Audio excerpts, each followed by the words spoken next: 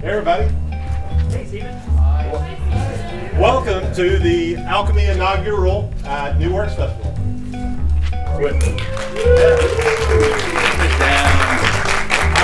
I am Stephen Vance, and this is Mike Murdock. We're co-directors and co-curators of this year's festival. If at any point you're in a chair you don't like, just get up and move. We can probably hand you a script and you can start reading anywhere you want. But we got a lot of good pieces this evening. We got a lot of stuff coming up this year. This is the kickoff for the season for Alchemy. In 3 weeks from tonight, I think it's 3 weeks, that's what I keep getting told. Red Noses opens down at the West Edge Factory, directed by Mike Murdock, this guy right here, and starring a lot of these people out here who are all learning how to do a lot of amazing clowning and other type things. So join us for that. We're doing this again tomorrow night. And then we've got a full season coming up. Different plays tomorrow night. Yeah, different plays tomorrow night. We've got some live music from the Kinley family band tomorrow night. They'll be here. And we've got some other plays, which will be great. And possibly a preview of some work by Mike Murdock. Possibly. We'll see. But we got a lot coming up this year. We got a lot going this evening. We're going to take several breaks throughout the evening to give feedback to the authors. As a cast, as a director, as writers, fellow writers, all the authors are here tonight, which is really, really cool that everybody's here to see their work. Yeah, I couldn't be more thrilled about that. And we also have some concessions out front. They're going to be out there all night. Everything's $1 except for cowtails, which are 2 for $1. You guys have been to our shows before, so you should know that. And if not, now you know. So you can. The bathrooms are also back out there. You didn't see it when you came in. The smoke deck is out there. Any place basically everything's out that way. Don't go that way. I don't actually know where that goes. It goes to the murder elevator. People have never come back after they get it through there, so don't go that way. I think that's really it. We're going to jump into it. We're going to talk to you a whole lot more, but let's hear some actors and some new works. And we're going to start with Crayonhead by Imes. We're going to try to signpost a little bit through the evening. Each of these actors are going to have a nameplate in front of them or hold them up. I've got tape for them to tape it to their stands if they like. We'll see how this works. This is a trial run. We've never done this taping part before. We got Nathaniel Lanz down then. He'll be reading the stage directions. And then everybody else can be whoever the characters are, because I really don't know. Very good. It was. It's good when you use it properly. There you go. Crayonhead by Imes.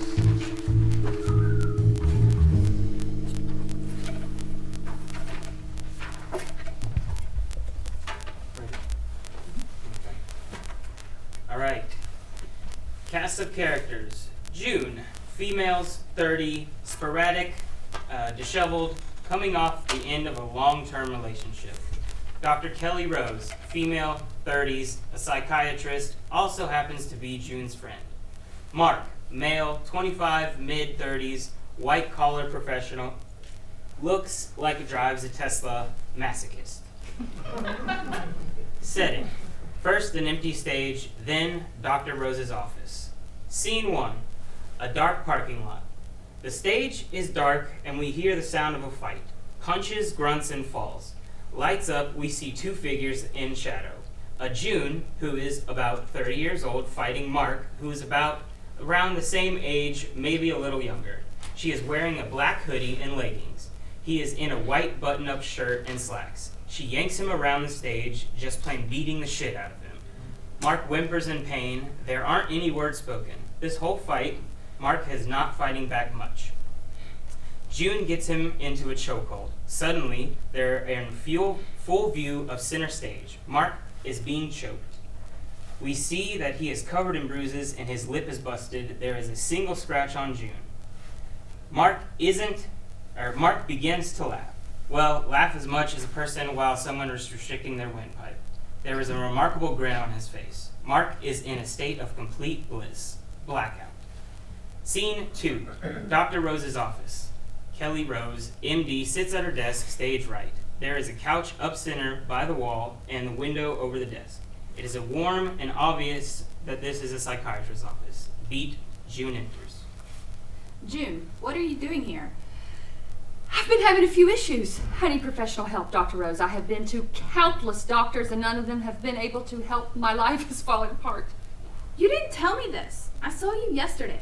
Why didn't you mention this yesterday? Well, you were Kelly yesterday when I was going to ruin your day being Kelly by forcing you to become Dr. Rose in the middle of dinner. No, I'm not. I'm an idiot, not an asshole. Oh, June, you're not an idiot. Oh no, Dr. Rose, it's worse. I am mentally deteriorating. She exits and rolls on a large dry erase board.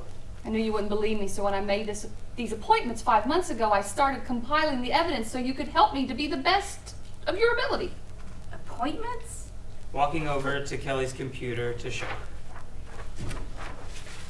Just for today, I have you booked till 5. That must be a mistake. She picks up her office phone and calls the front desk. In her telephone voice, Hey, Barb, it's Dr. Rose. Do I have June until...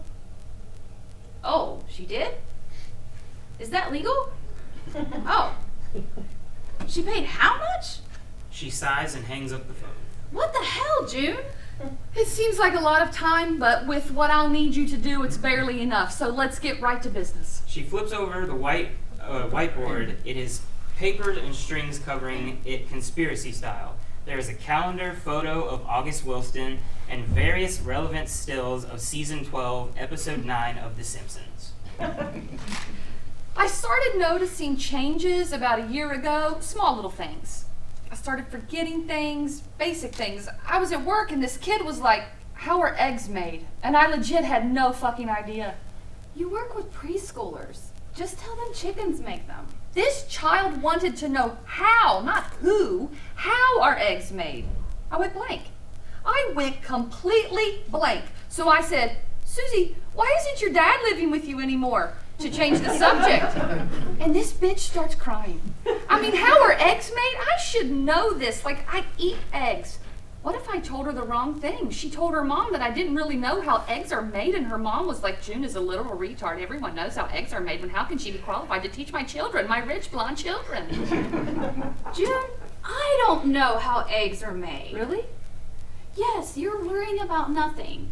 I mean, you shouldn't have said the thing about her dad. Exactly. See, I'm an idiot. What piece of shit talks to a kid like that? Okay, this negative self-talk is getting us nowhere. Sorry, that's just one example. I mean, you don't have to know everything to be a teacher. I just don't feel normal. You've been through a lot, June. Not really. Remember last night when we were at Goodfellas and the waiter asked what I wanted and I said closure? Yeah, that was kind of funny.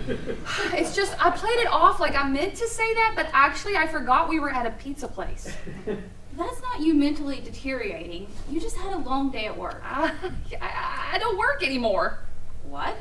Don't tell anyone. Don't tell Joshua or Lee. Please understand. I'm telling Dr. Rose this, not Kelly. I paid you money so you can't tell people about me. It's doctor-patient confidentiality. I don't work anymore. I quit my job. I have been out of work for about 5 months. Oh, June, honey, why? I just got bad at it. Everything that was supposed to be easy started getting hard. I started taking naps at nap time too. I was exhausted. And then, well, here, look. June hands Kelly her smartphone. This is just a picture of you sleeping at your desk. June pulls the same image off the whiteboard. My coworker took it and sent it to everyone. Notice the crayons on the desk? Yes? After my nap, I was cleaning them up, and I was missing the powder blue one. Okay. Becoming gravely serious. And see, I looked everywhere for it. Fuck, I mean everywhere. I looked everywhere for it, and I couldn't find it. Then the next evening, I was on this date, and She tries to hold back tears. I forgot August Wilson was black. I fucked it all up. We went to see this production of The Piano Lesson, and we were at this bar talking about it after, and I dead ass just forgot August Wilson was black. The guy I went on this date with was going on and on, glowing about the play, and it was a good play. The actors were good and everything. While he was talking, I thought, oh, I should say something too. And you know what? I said, "Do you think it's weird that he only writes plays about the African American experience when he's white?" Oh, June. I had just gotten back out there. This was only the second date I had been on since Brian left me, and I thought I was doing so good, but then I forgot August Wilson was black. How? I mean, how the fuck does someone just forget something like that? Well, personally, I think you've been on edge since the breakup. As a professional, this just highlights the fact that you've been taught your whole life that being white is the default. So you just assume people are white until you were told otherwise. But I was told otherwise. His whole lexicon of work told me otherwise. Dr. Rose, I think I have brain damage. No other doctor will believe me, but you just have to help me as a friend. Please. Okay, I don't know about brain damage. I don't know a bit of a mess since the breakup. What I was trying to get to was the crayon and me becoming more and more, well, a mess. What? I think the crayon is in my brain. Okay, you know that episode of The Simpsons where they find out Homer's actually smart, but when he was a kid, he shoved too many crayons up his nose and one went into his brain? What are you getting at, June? I will admit at first I was doing stupid things because I was depressed or whatever. Because it was the first time I'd been alone in 10 years. Everything got a lot worse for me after the photo, and I know it sounds crazy, but I do think there is a crayon in my brain. That's not a thing that happens outside of cartoons. Plus, Homer only got one in his brain because he shoved the whole box up his nose. Crayons don't just end up in your nose while you were asleep. Well, I don't think it I don't think it just ended up in my nose. I think I may have put a crayon in my brain on purpose. What makes you think that? I found this note while I was looking for the crayon. June hands Kelly a note written in crayon. Reading the note.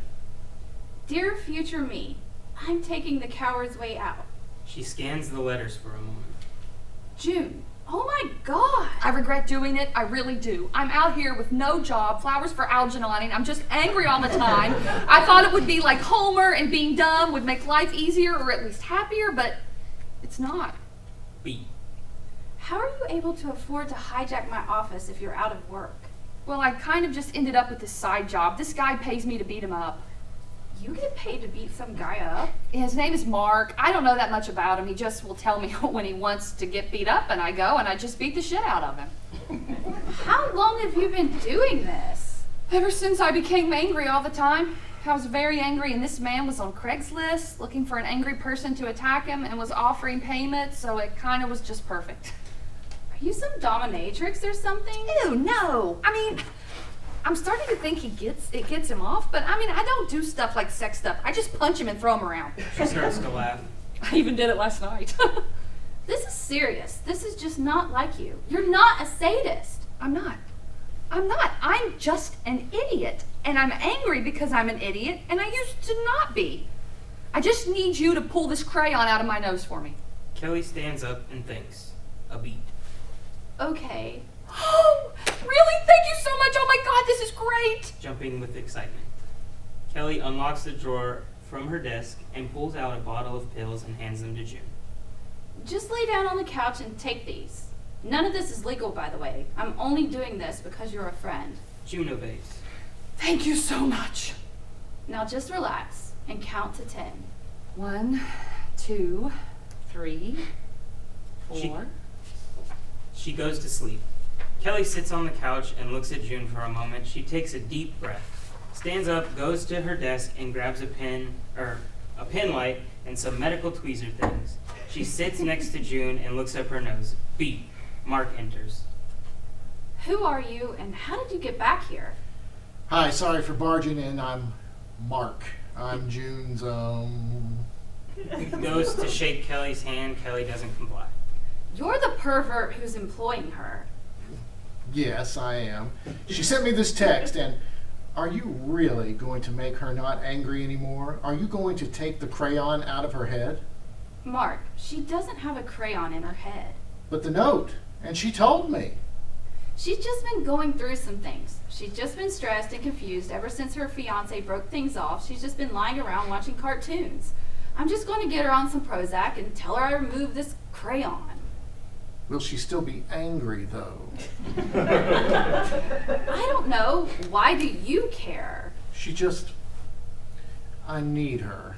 She was the first person who answered my ad who genuinely wanted to just attack me and not like attack me, then take my head and shove it in their crotch.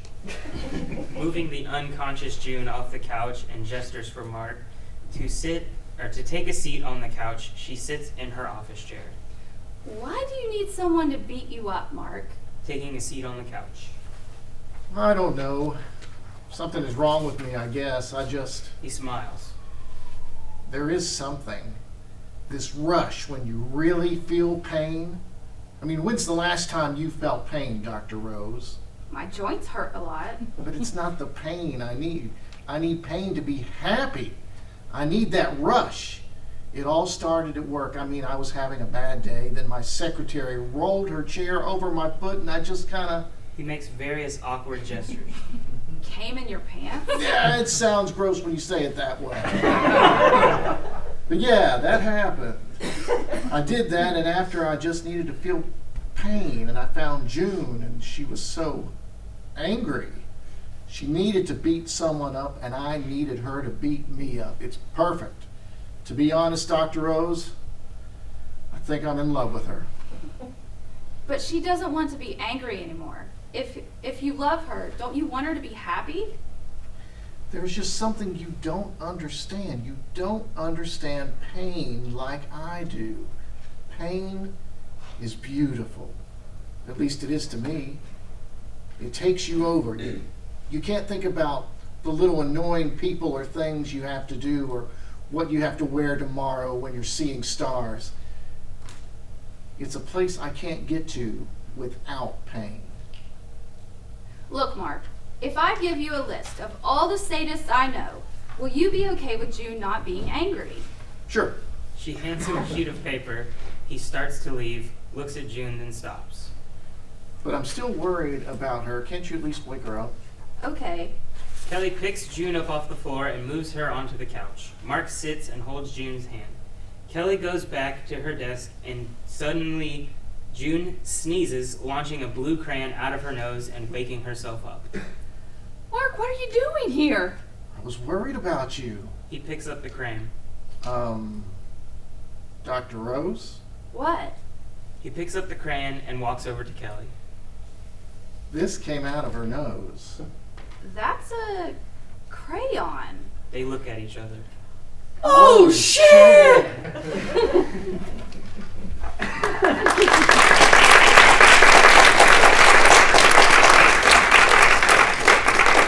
We're going to change some people in and out. Next up, we have Fargo 3D 22. And it's got a lot of people in it that I will tell you who they are as they walk up here.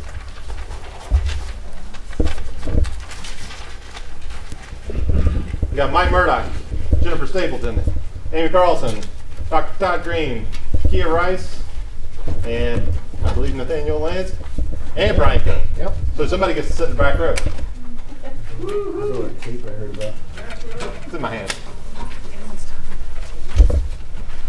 Oh, I got to take it. Where's your green? Anybody else need to take it still? Thank you. For those that can't see, you can move around. Do whatever you need. There you go. Again, we have Fargo 3D 22 by Eric Fritzius.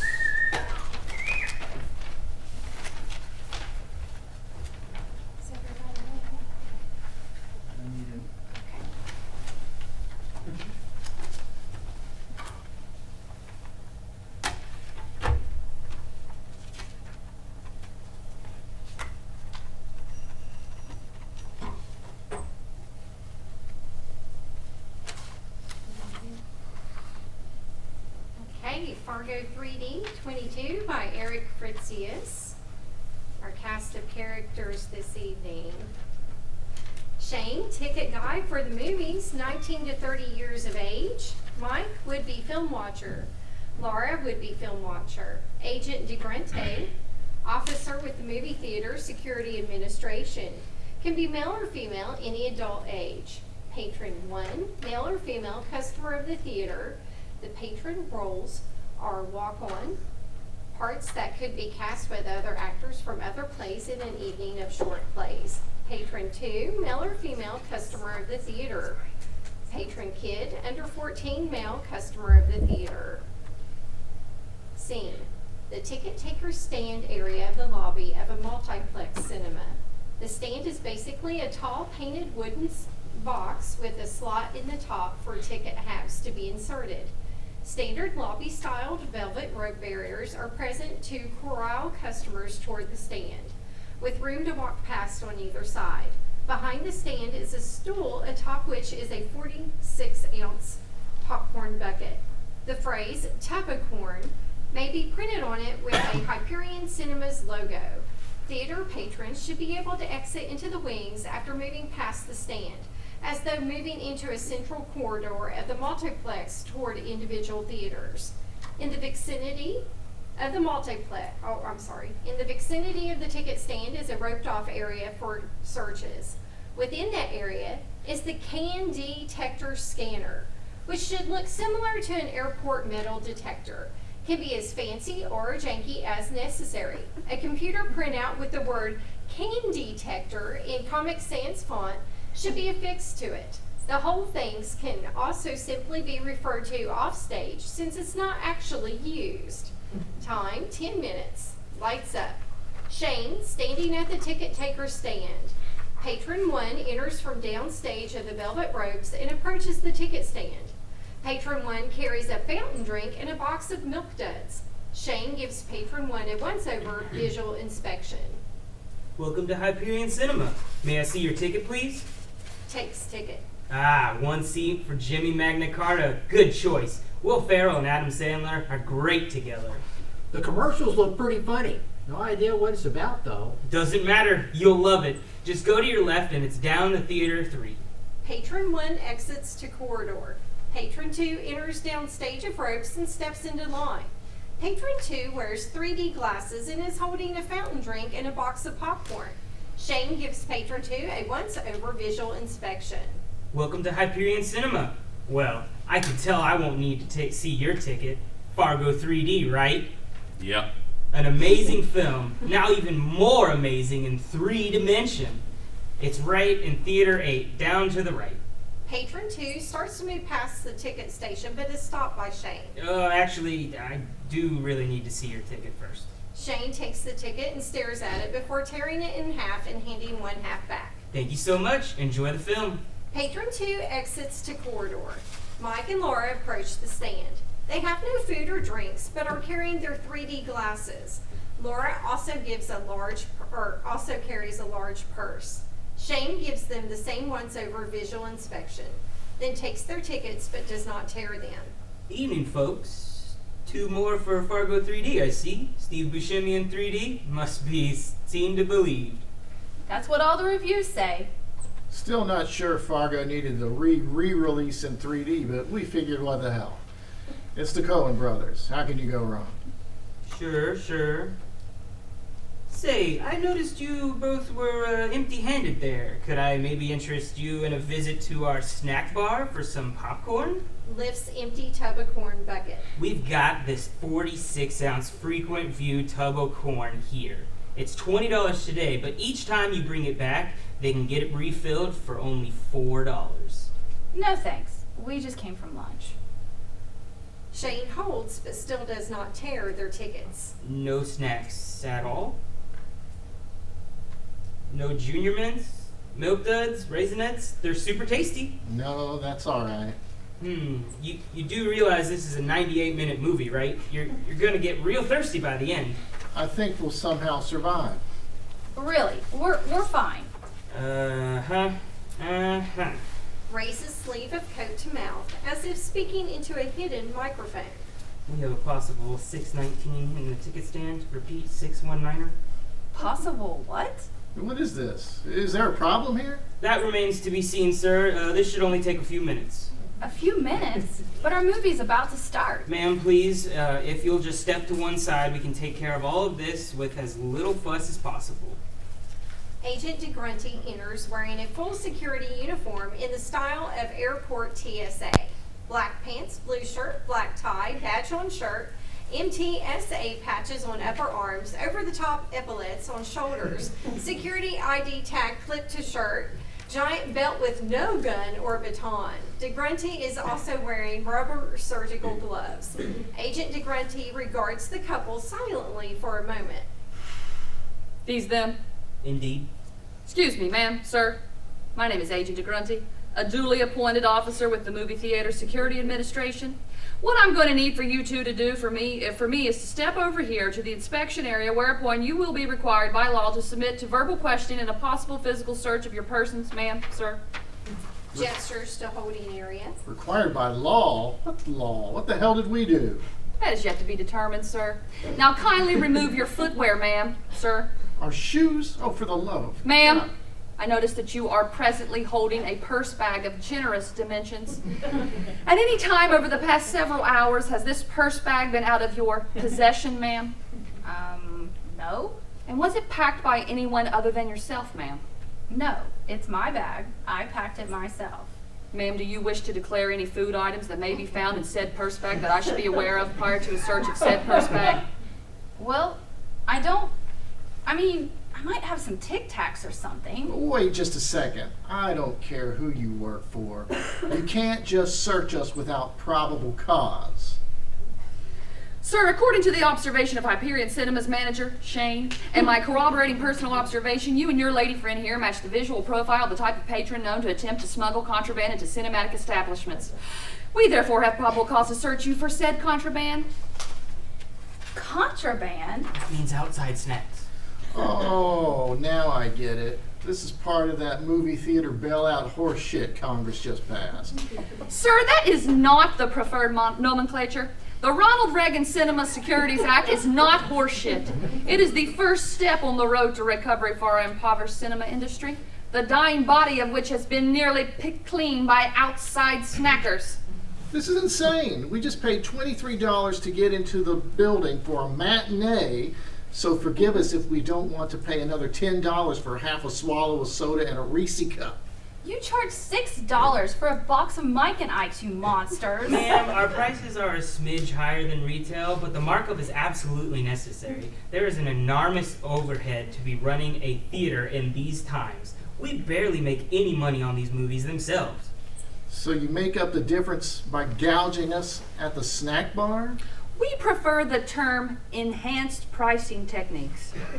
It's a shakedown, is what it is. Sir, the cinema system in this country is on life support. COVID-19 laid a beat down on us in attendance. And, let's be honest, no one really has a real need to come to the theater anymore. Not with all of the cheap 50-inch flat screens, high-definition TVs on the market, not to mention day-of-release streaming movies. Golly dang HBO Max. We have to guard all of our possible income streams. Thanks to the Ronald Reagan Act, we don't have to. Now, ma'am, sir, we can do this one of two ways. You can submit to a physical search of your persons and purse bags conducted by myself. Snaps rubber glove. Or alternatively, you may opt to be scanned by our brand new state-of-the-art backscatter X-ray snack screener, which I like to call the can detector. Wait a second, I thought the airlines got rid of all the backscatter screeners. They did, and Congress opted to repurpose them for cinematic snack bar use. Points to can detector. This little baby will identify any and all possible snacks you may have secret upon your persons or in your purse bags. Plus, we get a picture of your junk. Yeah, and how much did that little baby cost? Hyperion Cinemas? Nothing. The American taxpayer? $14,917.48 per unit. Oh my God! It's a small price to pay in recovery of the $28 million we've lost in this year alone. You just made that number up. No, I didn't. Look, we paid for our tickets and we don't have to buy anything else, period. Now give us our stubs and let us go in. It's not that simple, sir. We need to when you purchase your tickets, you automatically agree to abide by the MTSA regulations. They specifically prohibit the sneaking of snacks. If we suspect you have some, we are authorized to search you. We reserved our tickets online, and it didn't say a thing about being subject to a search. Sir, ma'am, we are not responsible for updates to the website. nor whether it actually functions at all. What Agent DeGrunte means to say is that this is a new system and we're still working out the bugs. Just be patient. I don't care. You're not searching us. Is that by choice, sir? There are, however, certain consequences should you fail to submit. What, you're going to deny our imitation butter privileges? No. But MTSA regulations allow us to detain you here until 15 minutes after the movie has started, not counting the previews. Or you can give us our money back because we're leaving. You might want to reconsider that, ma'am, sir. The official MTSA outside snacker profile suggests that any customer demands of a refund at this point are tantamount to an admission of guilt. We would certainly have to refund your money, but we'd have no other choice but to ban you from all Hyperion cinema theaters for up to 1 year. We pretty much own the whole state. Mike, we can't let them ban us. The sequel to that movie that was based on that book is coming out in a couple of months. They're bluffing. They can't afford to ban everyone who refuses to put up with this. They'd lose half their customers. Actually, the Ronald Reagan Cinema Security Acts takes that into account. Anyone we ban automatically results in the government subsidizing up to the amount of one ticket purchased per week per banned customer for the duration of the banning. The taxpayers get screwed again? We prefer to think of it as an involuntary investment in the health of the cinematic tradition. Agent DeGrunte gestures to Scanner. Now, ma'am, sir, if you'll kindly remove your footwear, belts, and any metal you have on your persons and step over here to the scanner. Wait. Hang on for just a second. Hypothetical question. Let's just say we both agree to be searched. And again, hypothetically, let's just say you find some Skittles in our socks or something. What are we looking at in terms of punishment? Well, hypothetically, we would be allowed to levy the fines against you for the amount up to and including the cost of 2 large soft drinks and a medium popcorn. So another $15? No, with the medium popcorn it would be $14.50. Oh, yes. Well, how about this? Opens wallet and removes a crisp $20 bill. What if we called it an even 20 and we buy the frequent viewer popcorn with it? Points to display tub of corn. Oh, the tub of corn, yes. And next time, when we get it refilled for only $4, there won't be any issues with us matching any profiles of outside snackers, will there? Think of it as our voluntary investment into the American cinematic tradition. Shane considers this for a long moment, then takes the $20 and passes Mike the empty tub of corn. In the interest of customer satisfaction, we'll forego the search this time. Finally tears their tickets and hands them the stubs. Thank you so much. Enjoy the film. Oh, but I wanted to use the scanner. It makes that great noise and everything. Shane puts a consoling arm around Agent and leads DeGrunte off stage. Mike and Laura walk past the ticket stand and head for the theater corridor. They stop out of earshot. After all that, I'm going to need a hit off your flask big time. And you still got the special brownies, right? Pats her boobs. Yep, still toasty warm. We're probably going to need to get that bucket filled before this is over, though. You ain't kidding. Puts on 3D glasses. Steve Buscemi in 3D is gonna be awesome. Mike and Laura exit to corridor. Shane returns to ticket stand. Patron Kid approaches carrying a fountain drink and a box of sweet tarts. Shane gives him a once-over visual inspection. Welcome to Hyperion Cinema. May I see your ticket, please? Takes ticket and looks at it. The Blood Reckoning of Gaizo. This is a remake of that Japanese horror movie with all the teeth, isn't it? Patron Kid nods yes. Are you old enough to see this? Patron Kid shakes head no. I'm only kidding. I don't give a shit. It's Theater 6, down the right. Tears ticket and hands back other half. Patron Kid exits to corridor. It's nice to win. The end.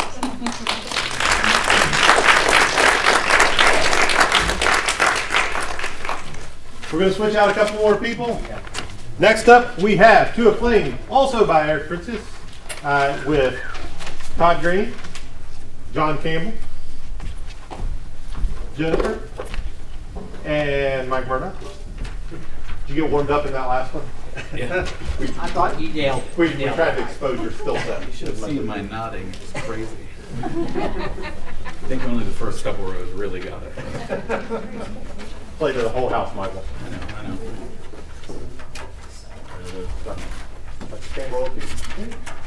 Thank you. To a Flame by Eric Fritzius. And after this, we'll have our first talk back.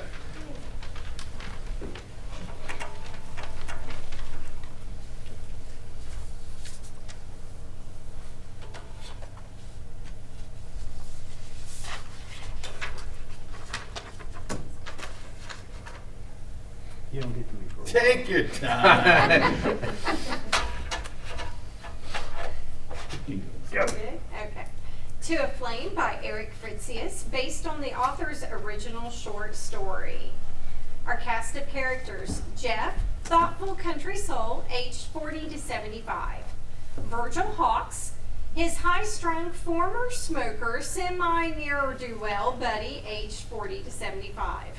Rick Winston, late-night radio host of Rick Winston's UFO All Night, think Art Bell. Scene: the memories of Jeff as he recalls a conversation in his front driveway somewhere in central West Virginia. Please note that this play has been performed with both an elaborate set, including an actual pickup truck bed on the stage, and with no set whatsoever. Much can be implied with the acting and sound effects. Key items that would be great to have for the stage right front porch area, though, are 2 rocking chairs set close to one another, a chest freezer dressed to look rusted out, and a radio, preferably antique, but any radio would work. The pickup bed, while nice, is not required, as the Mothman may be dragged onto the stage wrapped in a loose tarp, which is how this version proceeds. Time, 10 minutes. The lights come up to find Jeff seated in a rocking chair on his front porch, his feet propped up on the rusted out deep freeze, a radio on top of it. It was a cool June evening. Marsh and I had just finished a late supper and had retired to the front porch. We propped our feet up on the rusty old deep freeze I still hadn't gotten around to getting rid of, and enjoyed the sunset over the hills behind us. The mountains to the east turned purple and cast a glow over the whole valley. We were just opening discussions for where our Saturday evening might lead the two of us when we were interrupted, mid-smooch, by the grind of half-ball tires on the gravel road. Sound effects of a pickup truck on gravel approaching, halting. I didn't need to see the yellow door panel or an otherwise red Dodge to know it was Virgil Hawks. Not having much use for Virgil herself, Marcia went in the house while I walked out to meet him. Jeff starts to move down stage left to meet Virgil, who enters stage left. He looks terrified. He has a cigarette jutting from his mouth. Evening, Virgil. What brings you out this? Sees the cigarette and is irritated. Virgil, you're smoking again. I thought you gave up the coffin nails months ago. Lord Jeff, cancer's the least of my worries right now. I'm in trouble with something fierce. Can't be all that bad. Oh, yes it can. Yes, sir, it can. I got something I think you ought to see. Virgil exits stage left, Jeff watching. Sound effects. We hear Virgil open the tailgate of a pickup truck bed, and then something heavy hit the ground. Virgil returns dragging a folded tarp that is covering a body-sized lump. He drops into the stage with the heavy thud of a skull hitting boards. Virgil nods toward it. He gestures to it as if to say, "There you go." Stoops over and lifts the upstage corner of the tarp. He sees what's beneath and gives it a long pause. Well, I'll be Virgil. Looks like you got yourself a dead Mothman on your hands. You know shit, Jeff. Really? Because I thought maybe it was a cow. Now, there's no call for sarcasm. Just calm down. Calm down, I got a dead Mothman here, and you want me to calm down? This ain't some poached deer we're talking about. It's an alien creature, or, I don't know, some kind of pan-dimensional being at the very least. Getting excited is the only thing that makes sense. Smokes furiously. Jeff Let's list the upstage corner of the tarp again to take a closer look. So, this is one of the things that caused all that trouble out in Point Pleasant, huh? Not sure why they call it a Mothman. Don't look like any moth I ever seen. More like a big, ugly, squashed bat. Smells like a rancid turnip fart, too. Where'd you find it? I didn't find it. I shot it. You shot it? Yeah. I thought it was a coyote. You thought that thing was a coyote? Well, you remember last week I told you I thought there was coyotes coming up around my house? You remember? Virgil, you always think something's sneaking around your property and stirring up your dogs.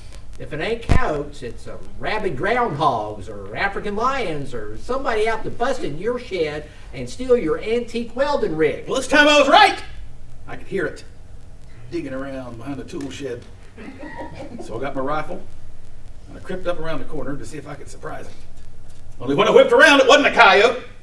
It was this thing. All bent over with its back to me. I think it was taking a shit. So you shot it Well, I thought it might attack. while it was taking a shit? Well, confound it, Jeff, you ain't helping. All right. So you shot it. Well, it's dead. Now what you gonna do with it? I'm getting the hell out of here. That's what I'm doing. What for? I'm getting the hell rid of it. Look, What for? The tabloids pay big money for pictures of aliens and Bigfoots and whatnot. What do you think the National Enquirer give you for the real live, well, the real dead McCoy? are you crazy? I can't let word of this get out. I can't let nobody else even know I seen it. Why not? Don't you know anything, Jeff?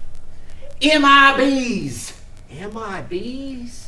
The men in black. Them government guys with the watches out for the aliens. Oh, hell.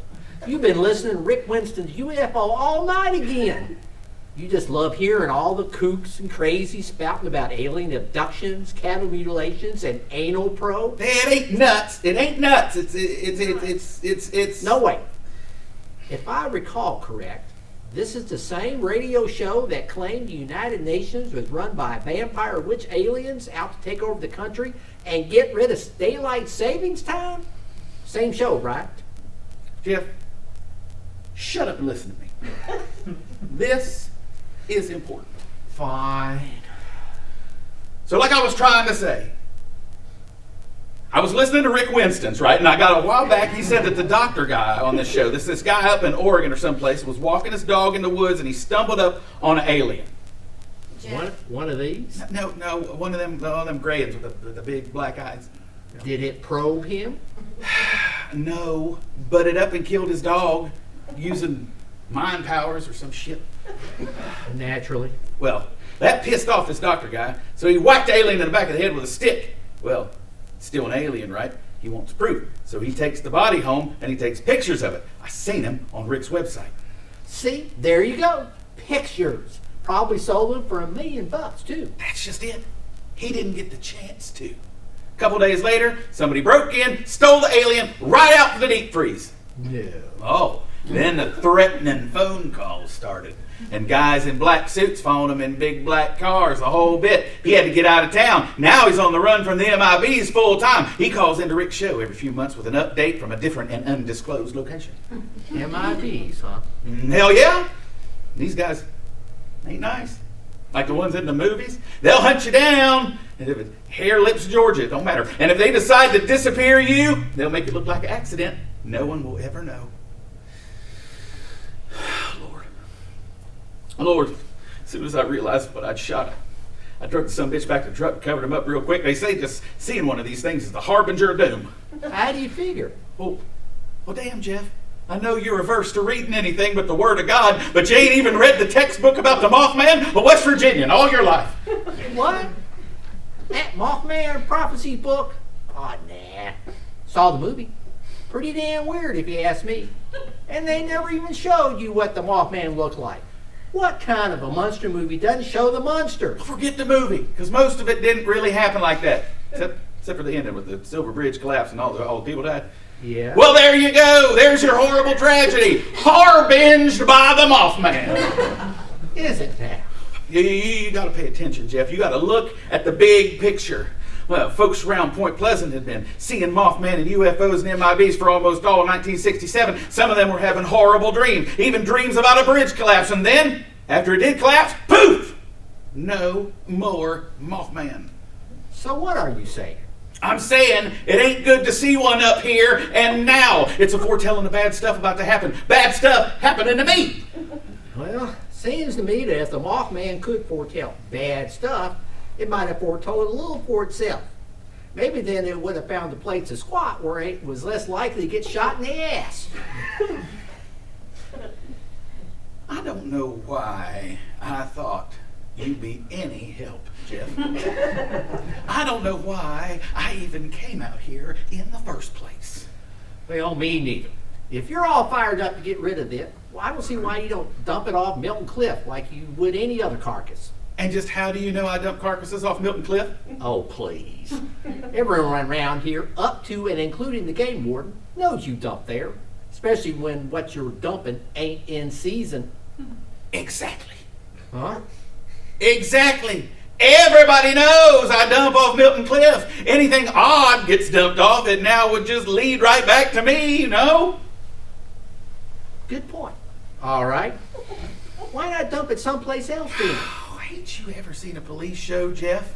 They could trace my bullet back to me, no problem. Even if I dug it out first, they could examine the microbes and trajectories and what have you. I'd be cooked. No.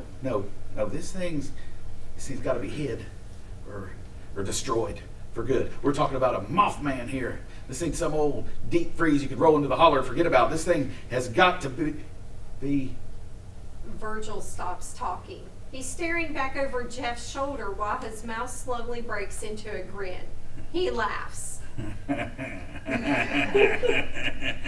Jeff gives him a quizzical look, then follows Virgil's gaze back toward the porch area to the rusted old deep freeze, then back to Virgil.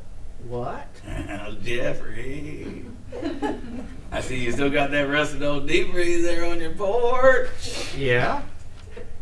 Kinda raises a question. When you're out hunting and you come across an old fridge down in the holler, you ever stop to take a look inside? Hell no. Never can tell what kind of nasty thing someone might have left in it. Yeah, same here. I think I see where you're going. I think you do. Takes out a pack of cigarettes. Of course, wouldn't nobody be able to look in it at all if we welded it shut first? Oh, sure. Strictly for safety's sake. Can't have kids playing in it, after all. Somebody could get hurt. Now you're thinking. I'll go get my torch. Virgil gathers up the edge of the tarp and begins to drag the Mothman off stage left. Then he stops and lays it down again, pausing to light a new cigarette. He freezes with it in his mouth, his hands about to light it. Lights dim on him and come up full on Jeff, who turns to the audience. Virgil did indeed drive home to get his welding torch, and I went inside to tell Marcia good news about getting rid of the deep freeze. Of course, I didn't mention the Mothman part. She wouldn't cotton to having such things up near the house, even if they are dead. A couple hours passed by, though, and Virgil still hadn't come back. Jeff walks over to Virgil, who remains frozen and looks at him sadly. The fire department never did figure out for sure what caused the explosion that destroyed Virgil's tool shed. Not for sure. The popular notion was that Virgil had lit up a Marlboro in there and caught a leak in one of the gas lines from his antique welding torch. They say he blew himself to bits. Maybe so. Trouble is, they never found any of the bits or any other trace of Virgil's body or his truck. They didn't find any other bodies either, especially not ones that looked like a big, ugly squash bat. Somehow this didn't stop the coroner from declaring Virgil dead anyway. His point was that nothing could have survived an explosion like that. My point was that they didn't find any of Virgil's truck either, but none of the official types around town seemed to want to hear any of that. So Virgil stayed dead. Jeff takes a last look at Virgil and returns to the porch rocker. I prefer to imagine that Virgil had a change of heart on his way home that night. Maybe he felt bad about getting me involved in something he thought was so dangerous. Maybe he blew up his own shed to fake his death and slipped away into the night with his horrible monster in the back. Maybe he's still out there somewhere, moving from state to state or country to country, living by his wits, on the run from the men in black full time. I'd like to think so.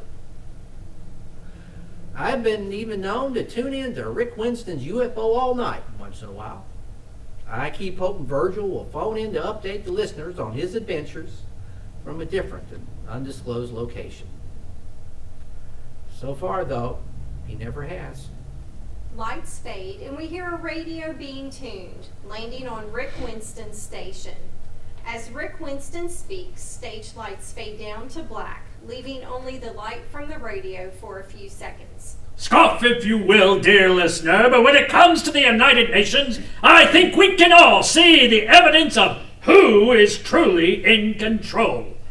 Coming up on the program, we've got Sasquatch sightings in Saskatchewan and abductions in Alabama. But right after the break, we'll go to our East Coast line with a call from West Virginia about African lions roaming the mountain state. Hope you've got the coffee on. I'm Rick Winston, and this is UFO All Night. Silence. End of play.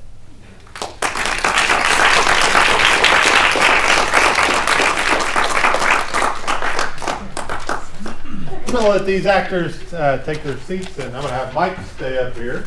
And we'll talk back a little bit.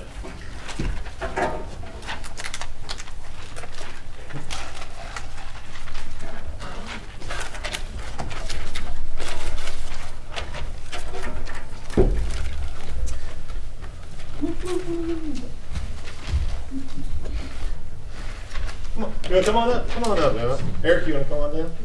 Come on down. We got two of our authors here. We'll bring them up so you can see who they are. This is Emma Imes, everybody. You can grab a seat if you like. We'll just kind of hang out and talk. Now you know who to blame. So let's start at the top at Crayonhead. Emma, we have an attachment to Emma. We've known her since she was a wee bit. When we were all over at Arts, she acted a lot with us and actually read in some new works, I believe, didn't you? Probably. Or you showed up in some new works or something? I showed up a few times. Yeah. I do things. Yeah, and then since then you've been to the University of Kentucky. Yes. And wrote a lot of things. Yes. And she submitted some stuff for us. So the actors are around, and we'll start with you guys. What did you guys enjoy reading? I could tell some of you are really enjoying yourselves. What did you like? Great. That's perfect. Hated it. Hated everything about it. Brian's got something good to say. Have you ever played a masochist on stage before? Well, maybe. I don't know. It's debatable. Every role. Only in real life. Only in real life. It's your Yeah, actor's I'll do secret it. for every character you've ever played. Yeah. I liked how you didn't have his character fight back. Like, it immediately drew me in because I'm like, why isn't he trying to protect himself or get away from her? So Yeah. I like that. Thank you. Tell us a little bit about your thoughts writing it, Emma. What was your grand idea? It was our assignment was to find a piece of art and then just write something based off that because everyone was stuck and we were all angry at each other in my playwriting class. And we went to the art museum and I was like, no, and I'm gonna take it off of that episode of The Simpsons where Homer is smart for one episode and then hates it.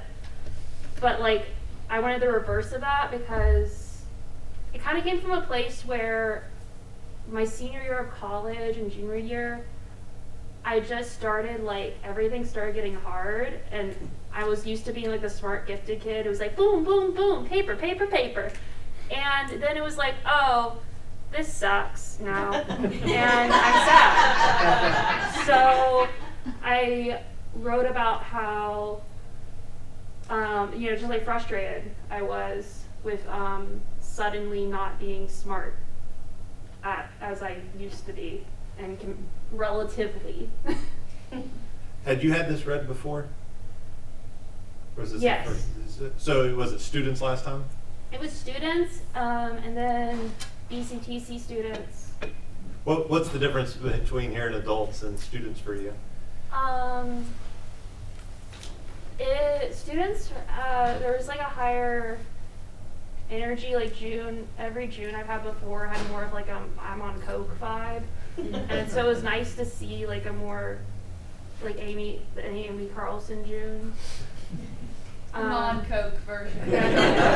Clearly, you don't know Amy too well. It's like she's just. It's like it's tight. it's like she already has the depression. I didn't write in a coke addiction too, which it was funny, but yeah. Anybody else have any questions for Heather? I do.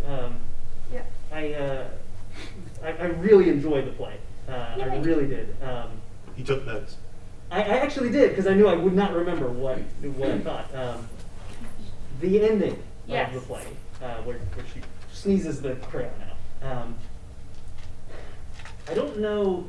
There's probably a writer's term for it. Maybe Mike and Stephen can help me out for it. But that moment where she sneezes the crayon, I felt like we'd suddenly come off the cliff, with all the action, and right before that really cool moment happened, we were all like, lulling. And so I don't know. Maybe there's some way to put in something that hooks us to be paying attention for something like that to happen, because there wasn't as much of a reaction to it as if we had been watching. But something else. You know what I mean? Yeah. Does that make sense to anybody that actually writes? Is that the problem though? Because it's a visual, it should be a visual thing, and when it was read, you missed it because it was read. That's probably it. I felt like we all were not as taken by it. Yeah, because it sort of happened in the stage directions while other things were going on that were either funny or. So I felt like there was laughter over it, maybe, or something. There was something going on. I think it was the laughter over it, That would make because sense. reading the play itself, like reading it, where we could read the stage directions, I feel like visually when you act it out, people would have been paying attention, because,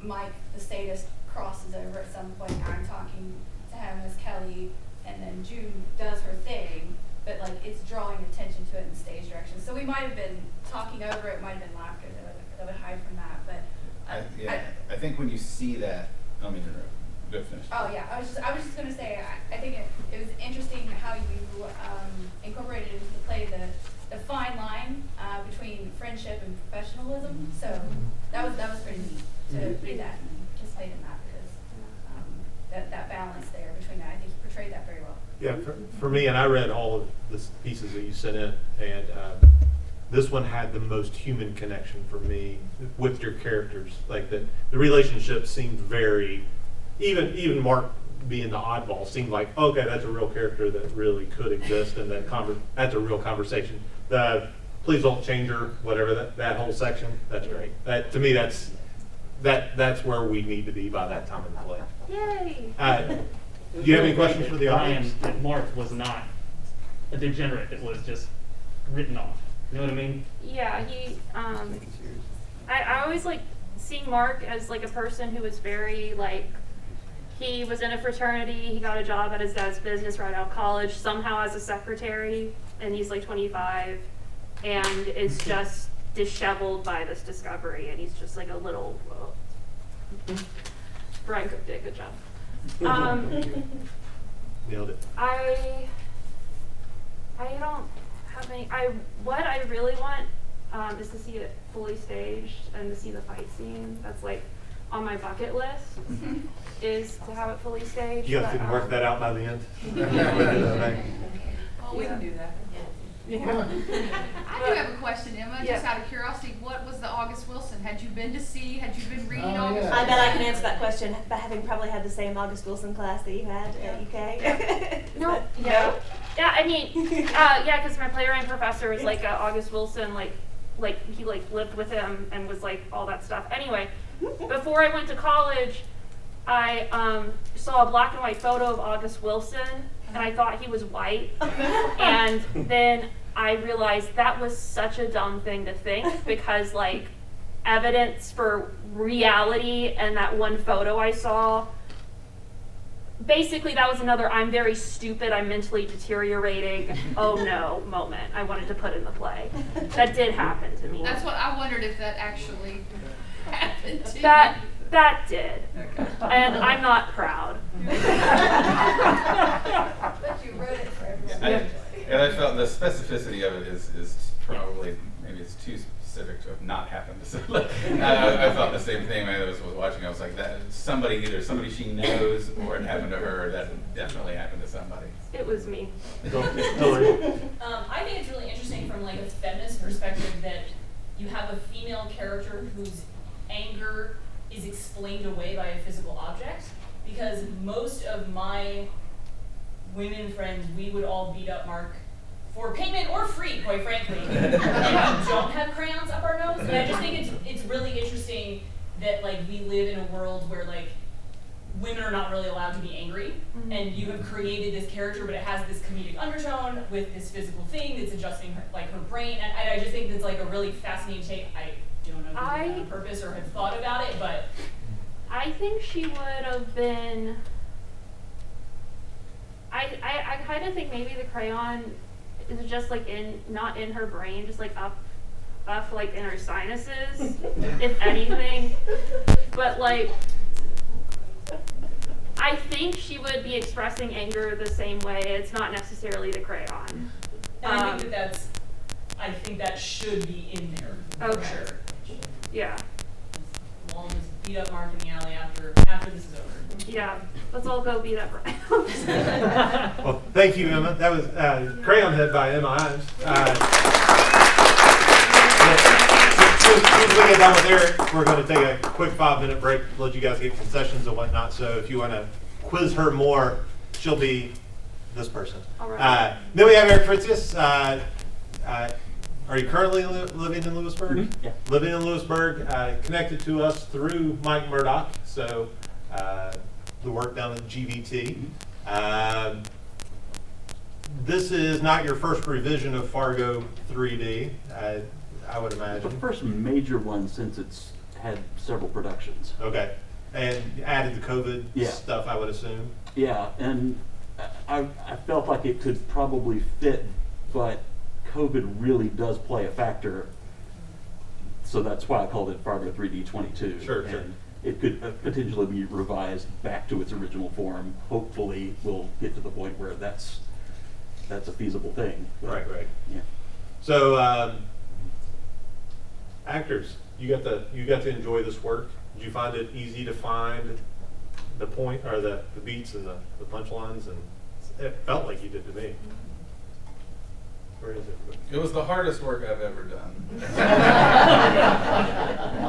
my was, I felt like I had it. That was maybe in my entire acting career, that was the best I've ever done.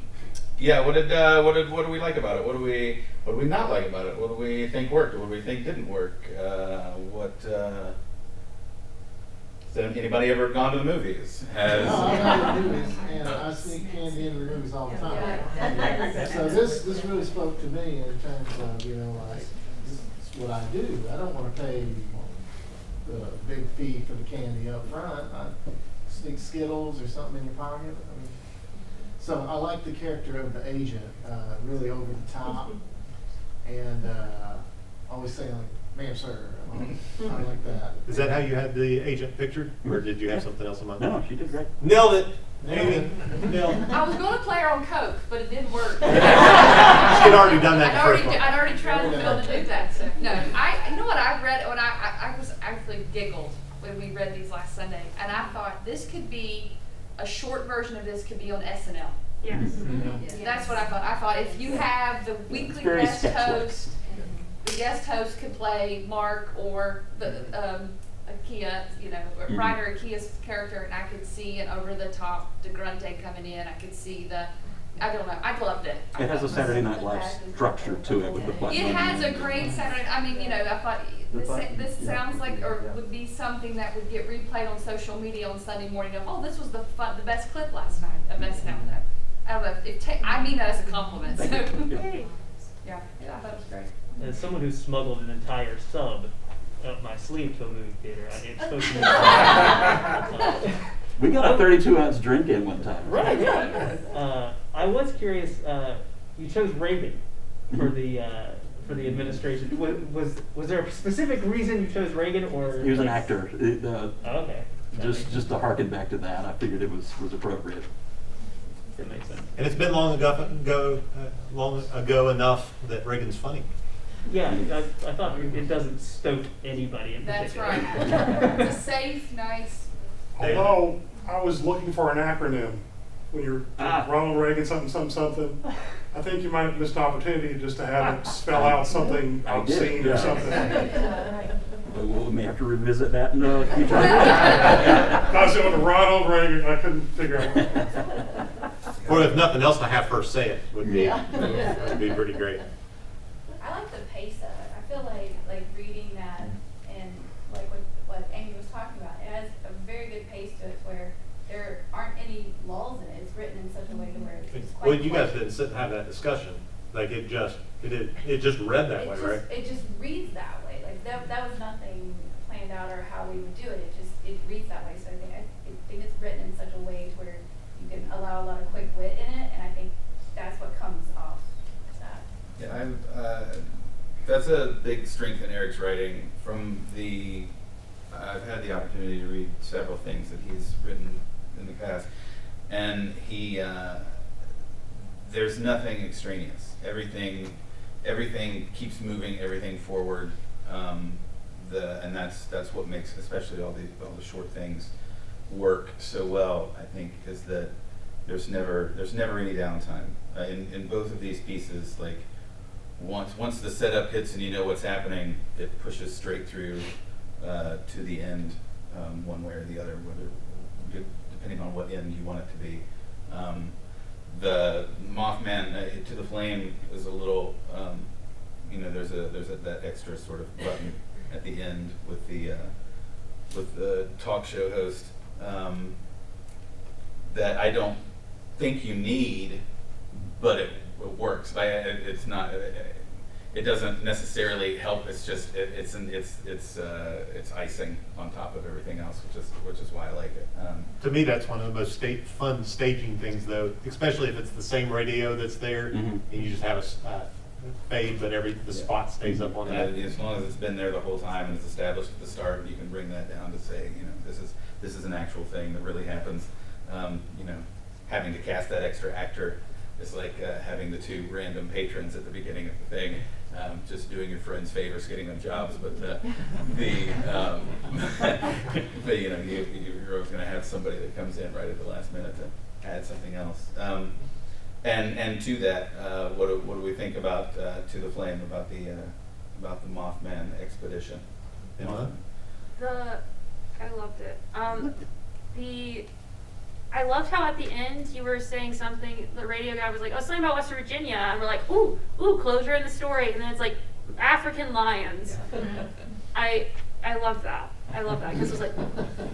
And I didn't try to pull that. I didn't try to pull that in any way. I just did it. Yeah. It could be, but I thought, well, no, that's not, he's just reading it. I mean, so have you seen a lot of African lions down in Lewisburg? Yes. Surprisingly. And so the reason for the African lion line, in Lewisburg in about 2005, I want to say, there was an African lion sighted by credible witnesses. Lifelong hunters were in their hunting blinds trapped because this African lion was roaming around them, and people were quoted as saying, "I will never leave my house without a rifle again." So we left Lewisburg in 2008, moved to Princeton. The lion followed us and was sighted in in Bluefield, Virginia. The secretary at the clinic where my wife worked came in one day and said, "You will not believe what I saw eating a cow in the field as I drove to work today." And they were like, "What? African lion?" like a mountain lion? No, mane, puffball on the end of the tail. Ah! And she was terrified. She was calling schools to get them to keep their kids inside. Never heard what happened with it. So I did write a play about that. Somebody finally got it back on the chain and put it back in their backyard. Well, I did learn eventually learned what I think is the true story of it. But I wrote a play in the meantime about a family trapped in their home, and the African lion is, of course, walking around their home, and they can't leave, and they got like the chain on the door and everything. And then gradually they call, the wildlife, Department of Wildlife, and they're going, well, African lions don't live in West Virginia. Well, clearly one's vacationing here. So not only do they not live in West Virginia, they also don't cut the power and the phone lines, which this one does, and proceeds from there. But learned that there was a fellow in the area who had purchased an African lion with the intent of making a rug out of it, decided he couldn't do that, felt bad for the creature, and so he kept it in his barn. And not well, apparently. It got away. He eventually got it back. As usual. So I think that was the secret origin of the lion. Well, Naglee, you escape again. That rug. Remember. You have any questions for the audience?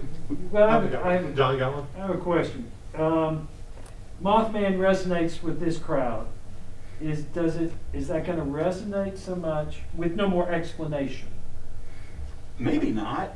With if it's done in San Diego, or whatever. I kind of wrote it as sort of a primer to the story.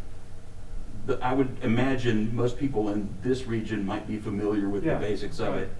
People outside of this region, not so much, unless they saw the movie and then even whatever. But I thought, give a primer for what the story is and let it exist on its own. Can I talk a little bit about your book? Oh, yeah. This was based on a short story that I wrote in 2003 or so. And so that's why some of the detail is in the play. There's a lot that was taken out. But when I wrote my first draft of this, it was huge because I was so intent on keeping all the fun stuff that I had written, all my words, my precious words, and I had to excise a lot of that. So it's a different creature than the short story is. But in order to keep the explosive ending, I had to kind of manufacture the framing sequence of everything. But the story is in a collection I wrote called A Consternation of Monsters that you can find on my website, mrherman.com. I love the other characters. I'm sorry, I should raise my hand. Virgil and Jeff. Virgil, right? Was like a runaway hit, of course, but I really like Todd's character, the narrator of sorts. I thought it was a really smart choice to give us that look in and look out, if that makes sense. It helps bookend the play. Well, and I think we know him immediately, so we get to watch along with him, which is nice. Having a character on stage you can participate with is. And I wanted, Virgil and Jeff to be.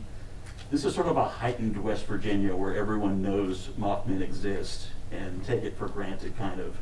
It's not that strange that, oh, you shot a Mothman. Oh, this is one of those things. I always wondered what they look like, kind of attitude. Hilary. Can we go back to Fargo 3D for 1 second? Sure. So probably just because as a reader and person of comedy, whatever, the things that end in a neat way are like what I live for. But I thought the way that Fargo 3D ends is where the meaning really is, right? Like the comedic premise is obviously a movie theater having an airline scanner. But I think without very much dialogue, then the ticket taker guy is like letting this kid into this like horribly violent movie or whatever. It's just this subtle note on the end, and you're like, no, this is really what this is about. Like, sure, it's about like American unfettered capitalism to some degree, of course, but the note that hit for me was the final bit, and I just think that perfect. Thank you. Yeah, we want your money. We don't care if kids see whatever it is that they see. We're going to take a short break. We'll be back in 5. If you want to bother either of the authors, they'll be right here. If you want concessions, they're out there. Everything's $1 except for cowtails, which are 2 for $1. Let's give a hand for everybody going so far. So we're going to set up for the next show. Just anywhere. Go back here. Okay.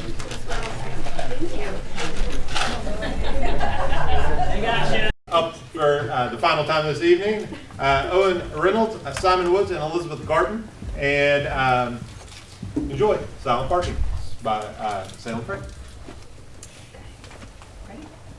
Silent Partings by Salem Fray. Characters: Alan, a college student living alone, contacts others primarily through his cell phone. He wears a rumpled plaid button-up with 3 buttons undone over a white undershirt. He wears jeans that are very pale blue and indiscriminate brown shoes that are constantly coming untied. The voice. A voice that has no figure, that interrupts and interacts with the players. This voice should be spoken in a deep, Old Testament sort of way. This is not God. Aaron, an acquaintance of Alan's. They often run into each other in public, but never make plans to meet. She wears an orange corduroy coat with a yellow turtleneck underneath. Her blonde hair is shiny with hairspray, and she wears light blue jeans with purple pumps. She carries a small silver clasp purse the size of a guinea pig. Her nails are painted white French tips with a shiny, glossy top coat that catches the stage lights. She is sophisticated, knows a lot about art, and Alan sees her as his perfect mate. She is extremely unable to reply quickly on the phone. The neighbors, a couple who live next to Alan who can be heard through the apartment wall having loud sex. Setting. This play should be performed in a relative darkness. Dim lights should surround the border with a central bulb hanging down from the ceiling. This should have a pull cord that the characters can pull to turn the central light on and off. The bed should set in the center along the back wall, but should be turned slightly away from the wall to suggest a haphazard living arrangement. Next to the bed on the left side, there should be a nightstand with 1 drawer. There should be a simple leather watch with the clock face facing the audience, a digital alarm clock, and an iPhone face up. There should be 1 door on stage right signifying the entrance exit and a door on stage left signifying the closet. This should be a functional closet and should be liberally filled with shirts, ties, and boxes or tubs. To the right of the closet door, there should be a small wooden desk with only a couple of drawers. This desk should be mostly free of clutter except for a stack or 2 or 3 textbooks, a desk calendar, and a pen. 2 shoes should be placed next to the frame of the exit. The door should be wood paneling or resemble it, and the walls should be painted pea soup green. Time. The events of the play occur during one night. The time is paused at 11:22 p.m. and remains so for the duration of the play. All clocks on set should reflect this. Act 1, Scene 1. Night. Set is completely dark. All that can be heard is moaning and a woman shouting harder, repeatedly. Hey! He knocks on the wall, gets up, and yanks the pull cord from the main light bulb. The set is lit. Hey! Come on! Shit! I gotta sleep! He returns to the wall and continues to knock. The sound increases in volume slightly. Jesus. He sits on the bed and puts a hand to his head in exasperation. Yes, my son? What the? Hey! He returns to the wall. What the fuck did you say? An "Oh God" is heard from the soundtrack. Alan returns to the bed and looks at the clock. It reads 11:22 p.m. I need my sleep! Ugh! He goes to the door to pick up his shoes and returns to the bed, putting them on in a frenzy. His face is seething with anger. I'm gonna fucking goddamn fucking punch that shit-eating fucker right in the fuck! God damn it! He struggles with his laces because of his anger. He gives up in futility and lies back across his bed with his legs hanging down. What's wrong? Okay, who the fuck are you? He hops up, runs to the door, and opens it wildly. No one is there. He slams it and returns to lying on the bed. On his way back, he trips on his laces but does not fall. I am the Alpha and the Omega. I have many names. You are Alan, and I have traveled far to be here. What the actual fuck? When did you start using such language? Oh my god, did you hear that? Finally! Yes, I did. Are you going to answer me? Fuck, I hope I'm just fucking crazy. Shit, I guess in middle school? Aha! So this behavior did not occur on your own. You let yourself be influenced by others. You exercise your anger in unhealthy ways, using vulgar words to release tension and grief. Well, that reminds me. Why the fuck would God care about what words people use? Why does it matter? Who said I was God? You did. Shit. You were like, I am the Alpha and the Omega. And you fucking responded to my oh my God question. Aren't we all alphas and omegas? Do we not all have a beginning and an end?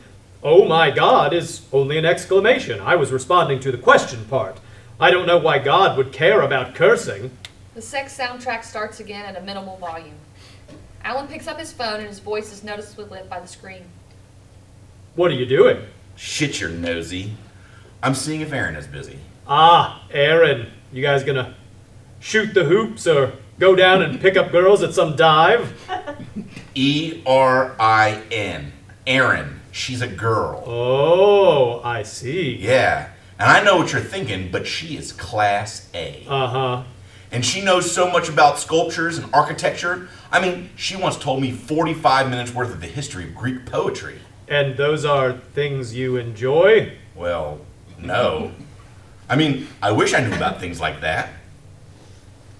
Hey, don't get snarky. I hate that kind of shit. He looks at the clock. Wasn't 11:22 like half an hour ago? I knoweth not. Well, shit. We've established I'm crazy, so there's that. What did you send her? Just asked her if she was awake. And has she answered? Not yet. That might be a bust. The bumping and knocking sounds intensify next door. Some powder and small ceiling chunks fall next to the nightstand. Lights fade. Act 1, Scene 2. Night. Stage lights shoot on. Alan is at his desk working. Voices are heard through the wall. Oh, Donnie again. Oh, oh, oh. Slamming resumes. Light emerges from his phone. He breaks concentration to check it. What does it say? Hold on. Shit. How do you know, Aaron? I said hold on. Jesus. Alan begins to feverishly type. Shit, it's been hours. You'd think she would have been up the way she parties all the time. What's happening? She's coming over. Shit, this place is a mess. Alan begins to stack books neatly, pick up shirts from the floor, and takes various items to the closet. Look, can you, organize this shit? With what hands? I don't know. Can't you use your God powers or something? I told you I'm not God. Then what the fuck are you? Shit. I mean, you're talking to me through some kind of dimension bullshit, obviously. And if you could do shit like that, then why are you bothering with me? Why aren't you talking to the president or something? Freaking him the fuck out. Have you ever thought about what happens when you die? Jesus! You can't answer one single goddamn question, can you? I don't have time for this. You better shut the fuck up when she's here. I don't need you fucking this up for me. I've laid a lot of groundwork, and some mystical bullshit voice is not going to fuck up this once in a lifetime chance. Do you hear me? Hey, fuckhead, say something. Voices and pounding are heard from the noisy neighbors. Hey, keep it down over there! Alan faces the audience with bulging eyes. It looks like he's having a mental breakdown. He returns to cleaning and rearranging the closet. Silence for 1 minute. All that can be heard is the shuffling of items in the closet and various grunts from Alan. So, have you thought about it? Oh, where the fuck have you been? Yeah, I have thought about it. But it doesn't matter because I'll never know. What do you mean? Well, I mean, I won't know long enough for it to mean anything. I mean, the second I know what it's like, I won't be alive to perceive it. Knowledge is only useful if you're alive. If you're dead, there's not shit you can do with it. Alan seems to suddenly become aware of what he's wearing and is visibly seen feeling his clothing and looking down at his clothes. Shit, I gotta change. Should it be casual or semi-formal or what? You can't go wrong with semi-formal. Yeah, but I don't want her to think I dressed up just for her. Maybe a polo or something with some dark jeans. Yeah, dark jeans seem classier. Word. Alan changes his shirt and pants sloppily on stage while simultaneously trying to comb his hair. Often the comb is left in his hair while he is pulling and zipping up. How do I look? Not bad. Great. Hey, is there anything you can do? Can you, play music or something? Provide an ambience? Oh, well, frankly, you wouldn't be into what I'm into. I've Been digging the post-funk pseudo-chrome metal crossover lately. You know, Pink Bobblehead, Razor Eraser, the new Side Street Bandits with bad hair, and Electric Toothbrush Caravan. Alan looks to the audience and is visibly puzzled. You know, just forget it. Hey, just remember not to say anything. Somehow, I've managed so far tonight to get used to this situation, but Aaron will freak. I mean it. Zip it. Yes'm, boss. How is it still 11:22? This thing must be broken. Alan goes over to the wall and unplugs the alarm clock. This is visible to the audience, and he counts with his fingers to 5 before plugging it back in. The clock shows 11:22 again, and he madly presses buttons. The clock doesn't change, but it does start playing soft jazz. Well, that's something, I guess. Say, are you from the future? Is this like what future people do when they're bored? In my time, I've known answers to come from within. Let us breathe 10 times, each time imagining all of yourself exiting with your breath and entering back in on the intake. Are you ready? This is ridiculous. I said, are you ready? I guess, if it will get me some answers. Alan goes to center stage, facing the audience, and stretches out his arms, inhaling slowly at first, closing his eyes, and exhaling. He does this cycle 4 times, and the light fades to black. Act 1, Scene 3, night. The set is dark, and 3 knocks are heard. Light fades on. Desk is completely clear of books and has 2 lit candles on it. The closet is closed, and the bed looks pressed and clean. Alan's hair is noticeably sleek with product, and he is wearing reading glasses, a burgundy polo shirt, and dark blue jeans. Alan walks toward the door. You wear glasses? Shh! Seriously. We'll talk later, please. Alan straightens out his shirt and smiles as he opens the door. Hey, you made it! Hiya. Erin looks around the room. Her face shows that she is unsure about her decision to come here. The West Side can really get you turned around. Yeah, you have like 3 crackheads in front of your apartment. And are you playing jazz? Oh, it's the only thing I could get to come on. Please, come, have a seat. Alan shuts the door behind Erin and leads her over to the desk chair, and she sits. Alan sits on the side of the bed facing Erin. Candles? Oh yeah, my mom got those for me for Christmas, and I've been trying to use them up. They look brand new. Did I say Christmas? I meant my birthday. When's your birthday? February 3rd. It's October now. Right. So, what do you want to do? I was going to ask you the same question. Well, do you have a TV? Sadly not. I'm not even sure where I would put it, even if I did get one. You could put it on this desk. Yeah, but that's where my candles go. Right. Have you eaten yet? Yeah, a few hours ago, I had this microwavable Healthy Eats gluten-free chicken chimichanga without chicken. What time is it? Your alarm clock says 11:22. Right, but I think it's broken. It's been that time for hours. What time do you have? Erin reaches into her purse to pull out her phone and checks the screen. I've got 11:22 too. Has the time changed for you? What do you mean? I mean, has your phone changed to different hours during the day? Well, yeah. I think. Okay. Hey, was there someone in here before you answered the door? No? Why? I heard you saying something. I couldn't make it out, but it sounded like a conversation. Oh, I have really loud neighbors. You probably just heard me telling them to keep it down. I don't hear anything now. It must be working then. Well, okay. I haven't seen you at Jake's much anymore. I've been going to the hot corner more. They got more drink specials and the place is way cleaner. That explains it. I might have to start venturing over there more myself. Maybe. Alan and Erin stare at each other flirtatiously for a moment before Erin turns away to giggle. The two lock eyes again. The voice coughs loudly for a few seconds and then falls silent. What was that? Oh, just the neighbor probably. They are really loud. No, this was way too loud to be from next door. Well, actually, it was me. You? But I was looking at you.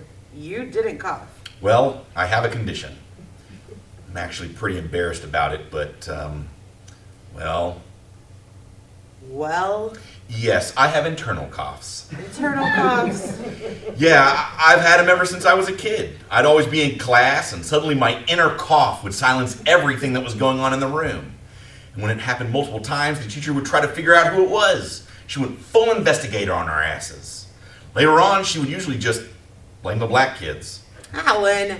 Well, it's true. And your parents never told the nurses or anything? My parents didn't know either, though they often wondered if someone was sneaking around the house. It was a paranoid time. That must have been embarrassing. You have no idea. Erin's phone vibrates audibly and she checks it. During this time, Alan points toward the ceiling with a furrowed brow and mouths the words, "You motherfucker," and quickly resumes composure when she looks back up. Alan, Yes? Alan looks towards Erin with adoration and longing. Erin walks toward him and sits to his left on the bed. I think I need to find out more about you. I don't want any secrets between us. Alan's phone vibrates on the nightstand and casts a blue tint to the black wall. Set fades to black. Act 1, Scene 4, night. The set is immediately lit. Alan is slamming the alarm clock against his nightstand while it continues to blare jazz music. Erin is sitting at the desk pretending to ignore the intense anger and noise emanating from Alan. Stupid piece of fucking shit! Alan, just unplug it. But then I'll have to... Alright. Alan unplugs the clock and it continues to play jazz. Alan is holding the plug up to his face and scrutinizing it while Erin is texting on her phone. Alan is visibly exasperated and starts pulling the nightstand from the wall and checking under the bed. Erin briefly observes him with puzzlement and returns to her texting. The music must be coming from somewhere else. What? Didn't you push that button and it started? Must be a coincidence. I mean, I've checked everything, and it's unplugged. Didn't you say that your neighbors are really loud? Yeah, but I've never heard jazz from over there. Alan pounds the wall 2 times. Could you turn down the music? Alan knocks a couple more times. Hey! Moaning and shouting begin to be heard again from the neighbors. Aw, damn it. So, is there anything to drink here? You know, since we're not going anywhere? What? Oh, yeah. Alan walks over to her, sits down on the floor, and opens up the mini fridge next to the desk. Okay, we have a half a bottle of Chianti, 3 PBRs, an Oktoberfest, and some Hawaiian beer someone brought over one time. Where do you keep your food? Well, I eat at the school sometimes and out with people on the weekends. I had no idea you were such a socialite. Not really, but well, which one do you want? Let's finish the Chianti. Right. Alan sets the bottle on the desk and walks to the closet to search for glasses. Erin picks up the bottle and reads the back. From the shores of Italia comes succulent flavor and aroma fit for the glorious ancients themselves. Immerse yourself in the subtle and pleasurable taste of our luxurious Chianti and find serenity and grace. Pairs well with fish or pasta. Wow, they really try to sell you on that stuff.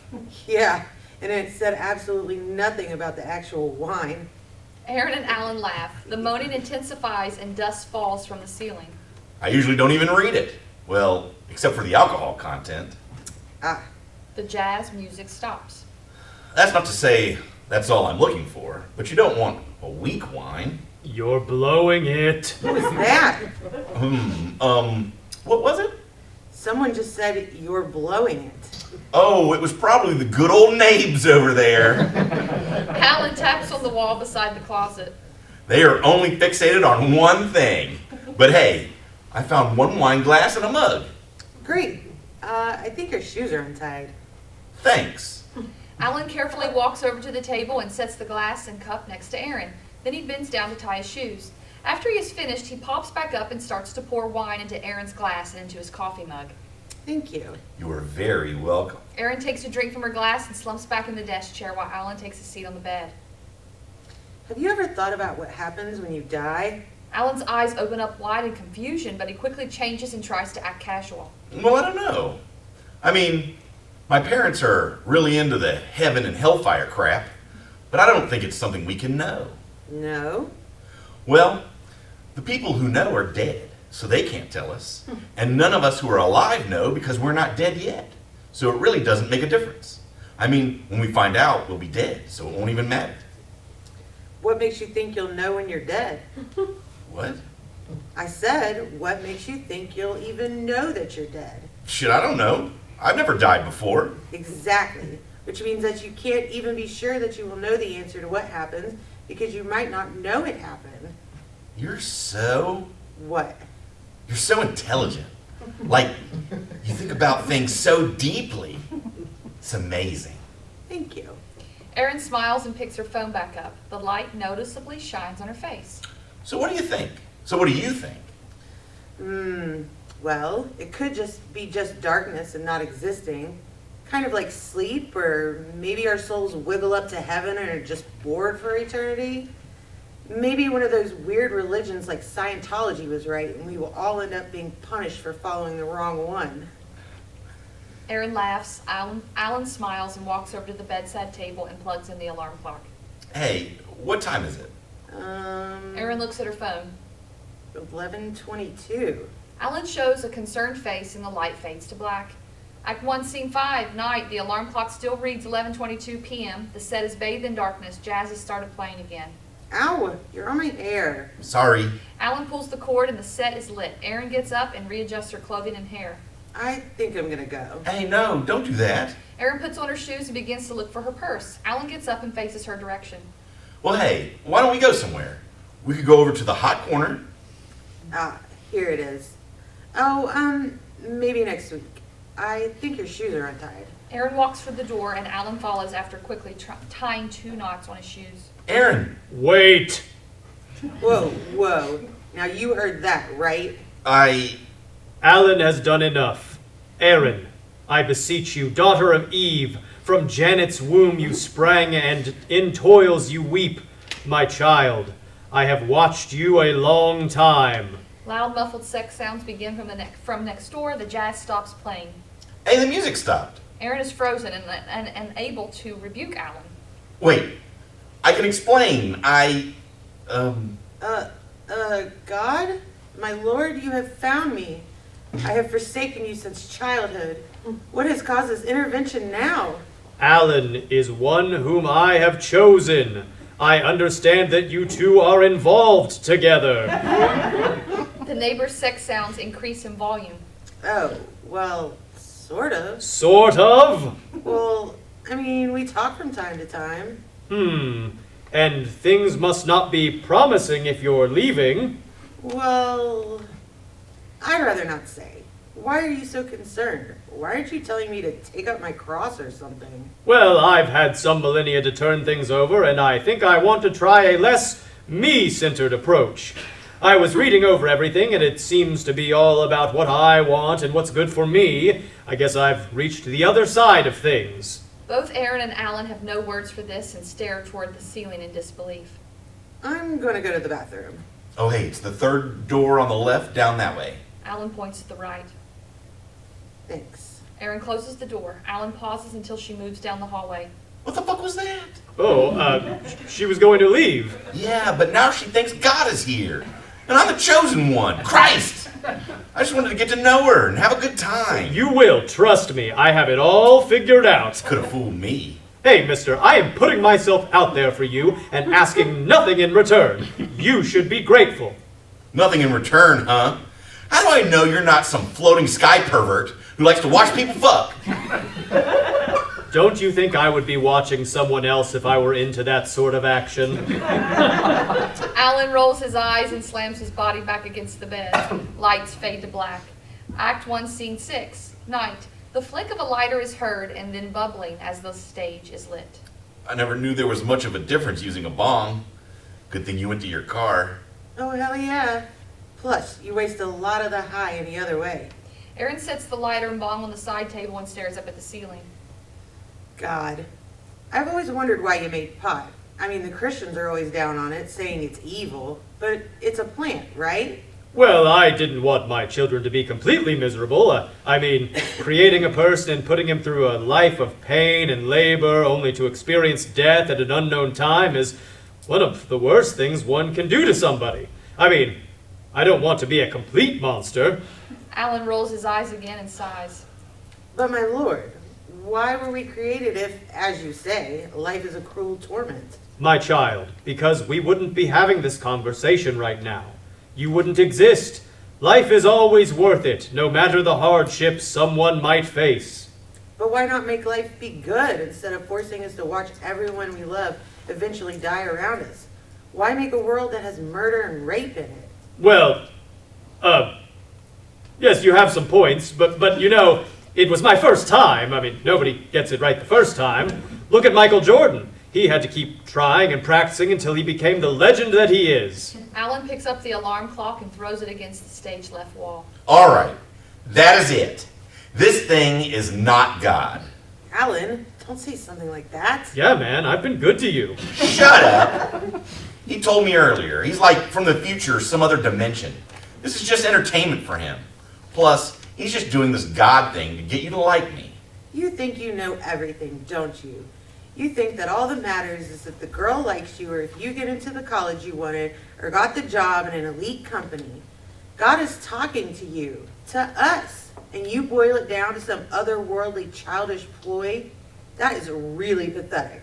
Even if what you said is true, isn't that even more amazing? I mean, God is God, but future people time traveling? Wow. Hey. Wait, I didn't mean anything like what you're saying. I just like you. I think you were smart and gorgeous. You care and think about things that others gloss over. You are phenomenal. Which is why you think I should be with you. Anybody who is less than phenomenal better stay away from Alan. You're so entitled. Erin grabs her belongings, including her bong and lighter. Erin exits and slams the door shut. That could have gone better. Oh, fuck you. Just leave me the hell alone. Alan finishes off his mug full of wine and grabs Erin's glass, drinking her remaining wine as well. Aren't you going after her? No use. I mean, she's right. If a plain girl came up to me who hadn't done anything wrong in her life and had no deep philosophical thoughts, I wouldn't have her. But then who is supposed to have her? I guess no one is supposed to have her. But shouldn't someone like me be happy to be with someone like that? I mean, I've passed so many plain people and I can't love them because they're not exceptional? Fuck me. Fuck what I think. And who is supposed to be with Erin? Why can't it be me? Am I ordinary to her? Is she guilty of the same thing as me? Nah, probably not. Gee, thanks. Maybe this is all a dream, or I'm in a coma or something. I watched an interview one time with someone who came out of a coma, and she said that she heard voices speaking to her from the sky, and the whole thing felt like a dream. Shit, I hate when stories end like that. It completely erases everything that happened before, since it was all make-believe. But isn't it the make-believe that really matters to us? The futures we construct in our heads, the dreams we have, the stories we watch or read or listen to. What we actually do ends up being arbitrary. We always go back to what's in our heads. Even when we look back in our memories, it's the version of what we want to remember, or the way we want to remember it. People don't matter. Getting the job or the house doesn't matter. All we care about is our little daydreams. And in the end, we hurt everyone we've ever loved. Oh wow, would you look at the time? I really need to get back. I've got work early in the morning. It's been 11:22 for hours. For some cosmic reason, we have plenty of time. Yeah, but time works a bit differently where I come from. Plus, these monologues are starting to really bum me out. I mean, you're cool, but... Yeah. Well, hey, it's been a damn trip for sure. Say, do I end up being successful in the future? I mean, do I have a family and a nice car and stuff like that? Would it matter if you did? And now is all there is. It passes by in a flash, and yet we find ourselves in a new now. And so it goes. Take care of yourself, Alan. I will tell of our adventures to my grandchildren. And maybe I'll even write a book and then option it for a film and Broadway. Yeah, you take it easy too. I'll be here. The stage lights dim as Alan picks up the alarm clock and starts straightening up the set. The sex noises begin again with extra slapping and grunting noises added as the curtain falls. The audio should play until the theater is cleared of people. No actor should come out and bow after the performance. End.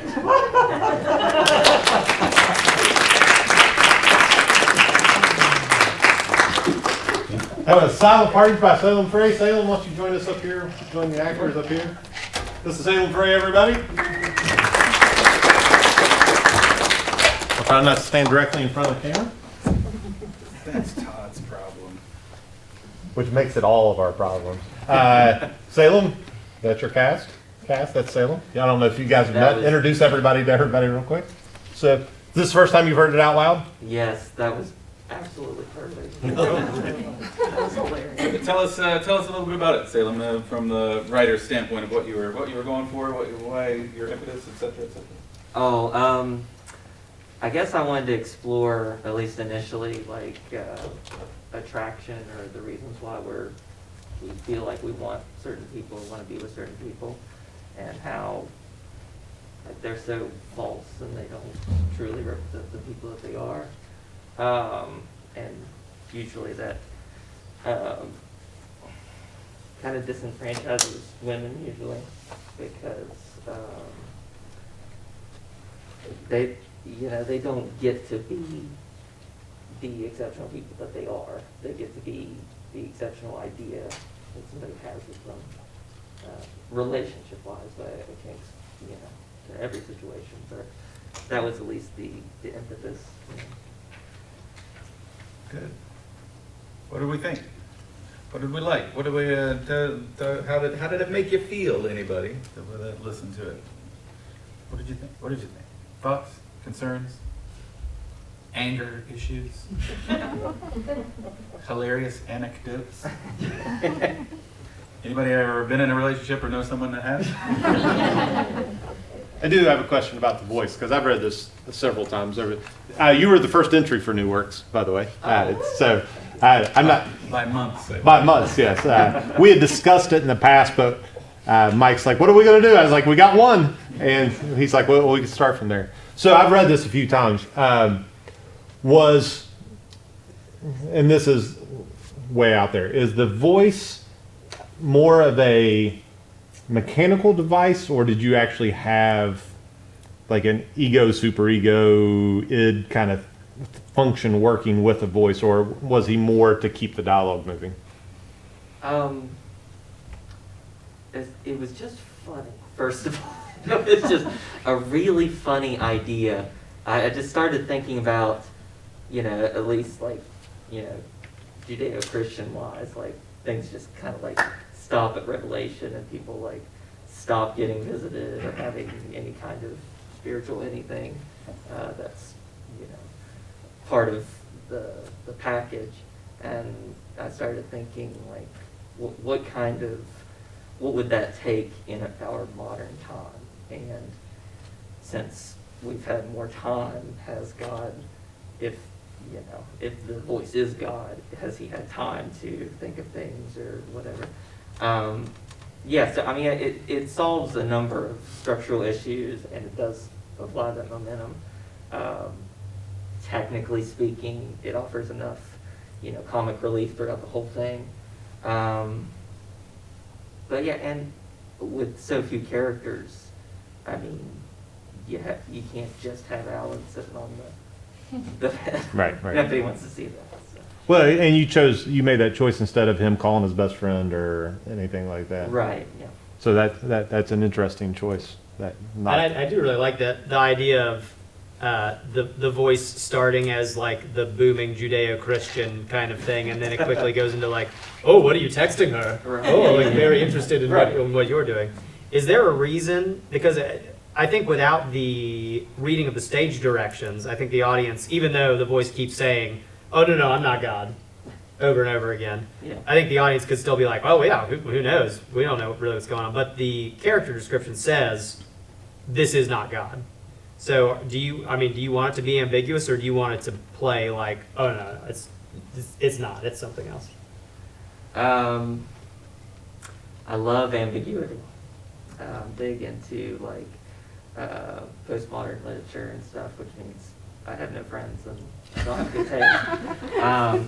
But I've always found that to be a powerful, object of any narrative. It makes it almost more realistic. Obviously, none of this is realistic at all, but the ambiguity almost adds that realism, if that makes sense. Mm-hmm. Did you hear anything? I'll get Eric's question first. Go ahead, Eric. I too enjoy the ambiguity. Do you have in your head the answer to what the voice really is? And I'm not asking you to reveal it, do you have that? I think within the text itself, I think the most support is some kind of maybe futuristic being, especially with the attitude and the playfulness. But yeah, I caught the hints in there for that, and there's evidence on multiple sides, but I like that the audience gets to write the play part of it themselves. right, because no matter which one you choose, the story still means the same thing. I'll tell you, as a director, that would be hard. Ambiguity is because actors are going to be asking exactly the way Owen did, Right. and our hand would almost be forced to make a choice. Right. What it is. So, is this your first foray into stage? Because I know you've written a lot. Yeah. So that's a great effort for first script. Yeah. I read a lot of plays. Sure. So that's. That sort of goes into my question too. Did you find anything listening to it being read out loud that you hadn't thought of, or things that you would want to change, or things that you didn't think worked that did work? Anything like that as you were hearing it out loud the first time? I love the elements of character that you all added to each role that can only be added when you're, affecting it in a certain way. So I love that aspect. That's something that even certain aspects I didn't even foresee when I wrote it. And then of course there's the missing aspect of would this be as funny or more funny if there's an actual soundtrack playing, if there's debris falling, so taking that into account, there's probably certain elements between some of the scenes that could be elongated or added. I know kind of in the center it just kind of sped to when Aaron got fed up and wanted to leave. So I imagine that could be more nuanced, and there might be some kind of attempt to make a move on Alan that fails and would allow for more, comedic kind of things. Was there a significance to the time, 11:22? Well, so there's multiple things that it adds. It kind of lends itself toward either something's happening supernaturally, dimensionally, or he's in a coma, and that would explain, kind of the weirdness with the time and whatnot. And it adds that layer, another layer of ambiguity that, just solidifies everything together. My wife has this thing, I hope you don't mind me sharing. Her father passed away, and she remembered the exact time that it happened. And most of the time, when she looks at the clock, it happens to be that time, just by chance. And I think that had, obviously not the deepest connection, but just kind of sparked that idea. This is one thing. So we when we were reading this the first time, first thing we thought, like halfway through, I was like, oh, they're dead or something like that. That's what's happening. And I like that you don't really know, because it could be or could not be. Did you consider at the end, I think you actually, the person who said this when we were reading it would be really cool to have the clock still lit and then it flips to the next, to 11:23.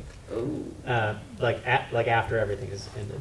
Do you want to switch chairs? Well, I'm saying, is that so? But would that still work in the larger kind of thing you're going for as far? I mean, or is that too direct? Because I do think if you do that, then it makes it less ambiguous. It makes it less ambiguous. Yeah. That this is a isolated event that now is over, not a. As much as I really, really like that idea, I think you're right. It would tip the scale just a little too much. I don't know, but I think there is room for somewhat of a nod at the end that's not as maybe demanding, so that's something I'll have to think about. Just don't know if the top keeps spinning or if it stops. Right. Good. Let's have another hand for the actors. Thank you all very much. We're going to take a quick 5. Yeah. Get We'll set take for a pause as the. we get set up for the for David's screenplay, and that'll be the final thing for this evening. We'll talk back after that. Your last chance to get some concessions and cowtails and water and snacks and all that. Me one too. We're now going to go to David Smith's 2 Steps Back as a feature film. What revision are we on now? It's the 3rd draft. 3rd draft. They've got a couple notes, a couple typo notes that don't get good. They're like, hey, it's good. We've got several people up here playing multiple roles because I think there are close to 40 characters, 30, mid-30s. We got Bobby here, who's going to be the lead of the show. Officer Hannah, you'll meet later on. Hilary and Mom. Nora's got 14 roles. Chuck's got somewhere close to that. And Mike Naglee is going to yell at a lot of people. So, and then at some point Jenn will talk about sex. So everybody's on the same page. That's what we're doing. Again, we're going to jump right in. This thing, we're not going to take a break, and it runs, I think the way we did it the other day, just over an hour and a half, because it'd be longer than it is a film, because of the montages that I assume are all going to fly now from Rocky. But we've got 2 Steps Back by David Smith. Exterior, beach, day. Pan out from glistening blue waves rolling toward a golden shore. Soon we find this is actually a moving image on a phone screen inside. Interior, Bobby's room, morning. A cord runs from the bottom of the phone to the earbuds in the ears of Bobby Gibson, 29, sitting cross-legged in the middle of a room. Meditation instructor through phone recorded. Today, I'd like to tell a little story about gratitude. Bobby's eyes are closed. She is focused. She wears a cast and crew t-shirt from Tom's Theater, all-female production of Glengarry Glen Ross. Behind Bobby is a twin bed with old sheets and a large canvas print of the Manhattan skyline. Once there was a Zen master who was walking through a field when a ferocious tiger jumped out in front of her. The Zen master ran until she reached the edge of a cliff, where she grabbed a vine and swung to the other side. A small wooden desk is in one corner of the room. On top is a laptop, some change, keys, and a coffee mug that has Hoping Hands Crisis Shelter printed on it. Underneath the Zen master was a vast abyss. The tiger roared up above, waiting. Then the vine began to break. At the top were 2 mice, one white, one black, both nibbling. The Zen master looked in front of her and saw a juicy strawberry. She reached out with one hand and grabbed it and ate it. And it said that it was the most delicious strawberry she ever ate. This is obviously a story about how even when things are at their worst, we always have a choice to look at the bright side. Bobby opens her eyes and looks at her phone. In times of financial difficulty, we can be grateful for our health. Bobby cocks her head skeptically. In times of sickness, we can be grateful for our white blood cells that heal us without our even asking. There are a million different ways to look at anything, and if we focus on the positive, it's better for us in the long run. Now, as we reach the end of today's session, slowly wiggle your toes and open your Bobby eyes. picks up her phone and deletes her meditation app. Interior, Bobby's car, morning. Bobby is lost in thought as she drives. Suddenly, there is a huge screeching sound and her car pops up off the road. Exterior, downtown Huntington, West Virginia, continuous. Bobby's driven her beat-up old sedan onto a traffic island. Interior, Bobby's car, continuous. Bobby sighs and backs her car up. Exterior, downtown Huntington, West Virginia, moments later. Bobby looks at her flat front passenger side tire, then looks around.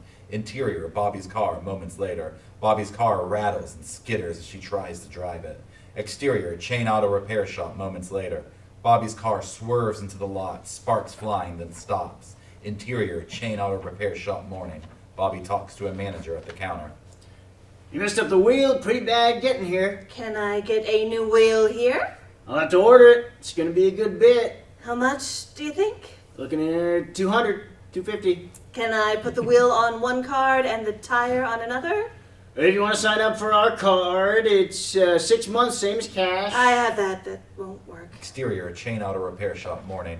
Bobby stands outside, looking back and forth from her phone to the road. On her phone screen, she's tracking an Uber. An SUV pulls over in front of her. She gets into the back. Interior, Uber, morning. Bobby buckles into the back seat.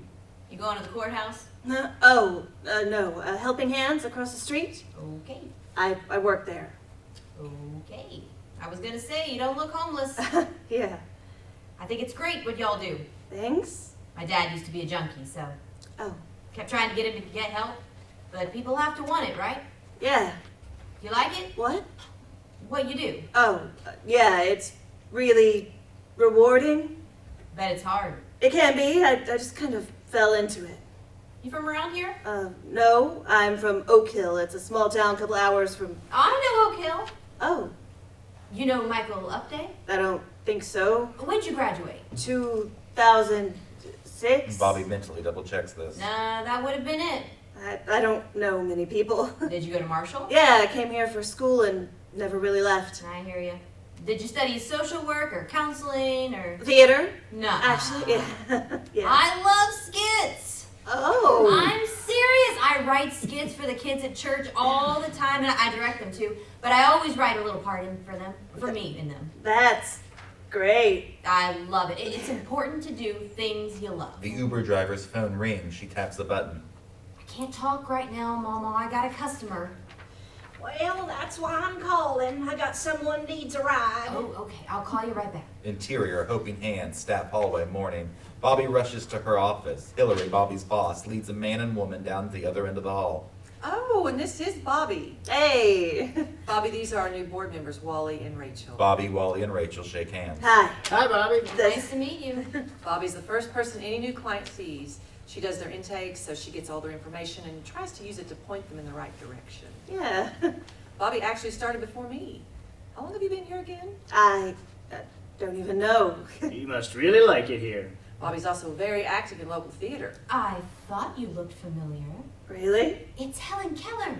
No way! I thought they really got a deaf and blind person. I was actually Ann Sullivan, the miracle worker, not the student. And now you're working miracles here every day. Bobby's one of the hardest working people on our staff.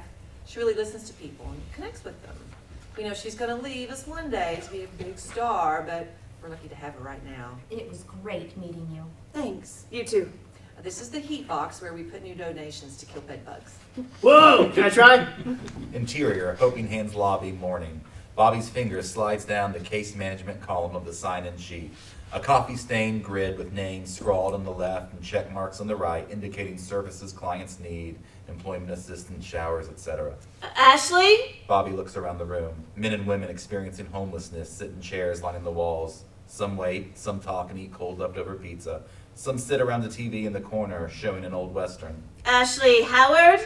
I think she left. Bobby nods, scratches out a check mark, and moves on. Joe Mills.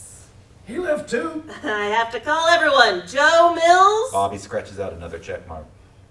Oscar Jackson. They all left, except me. Well, I will find that out. Thanks. Bobby scratches out another check mark. Arthur? That's me. Great. Interior, Bobby's office, moments later. Bobby sits behind her desk, working on her computer. Arthur sits in front of her. You're the same worker I had last time. Cool. 4 years ago. You must really like this job. Okay, I just need to update your information. We have a box that says explain homeless situation. What happened since last time? Oh, Lord. Let's see.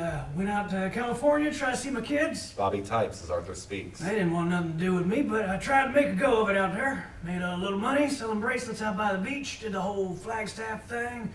A friend of mine in Lincoln had a job stripping drywall for me, so I did that for a minute.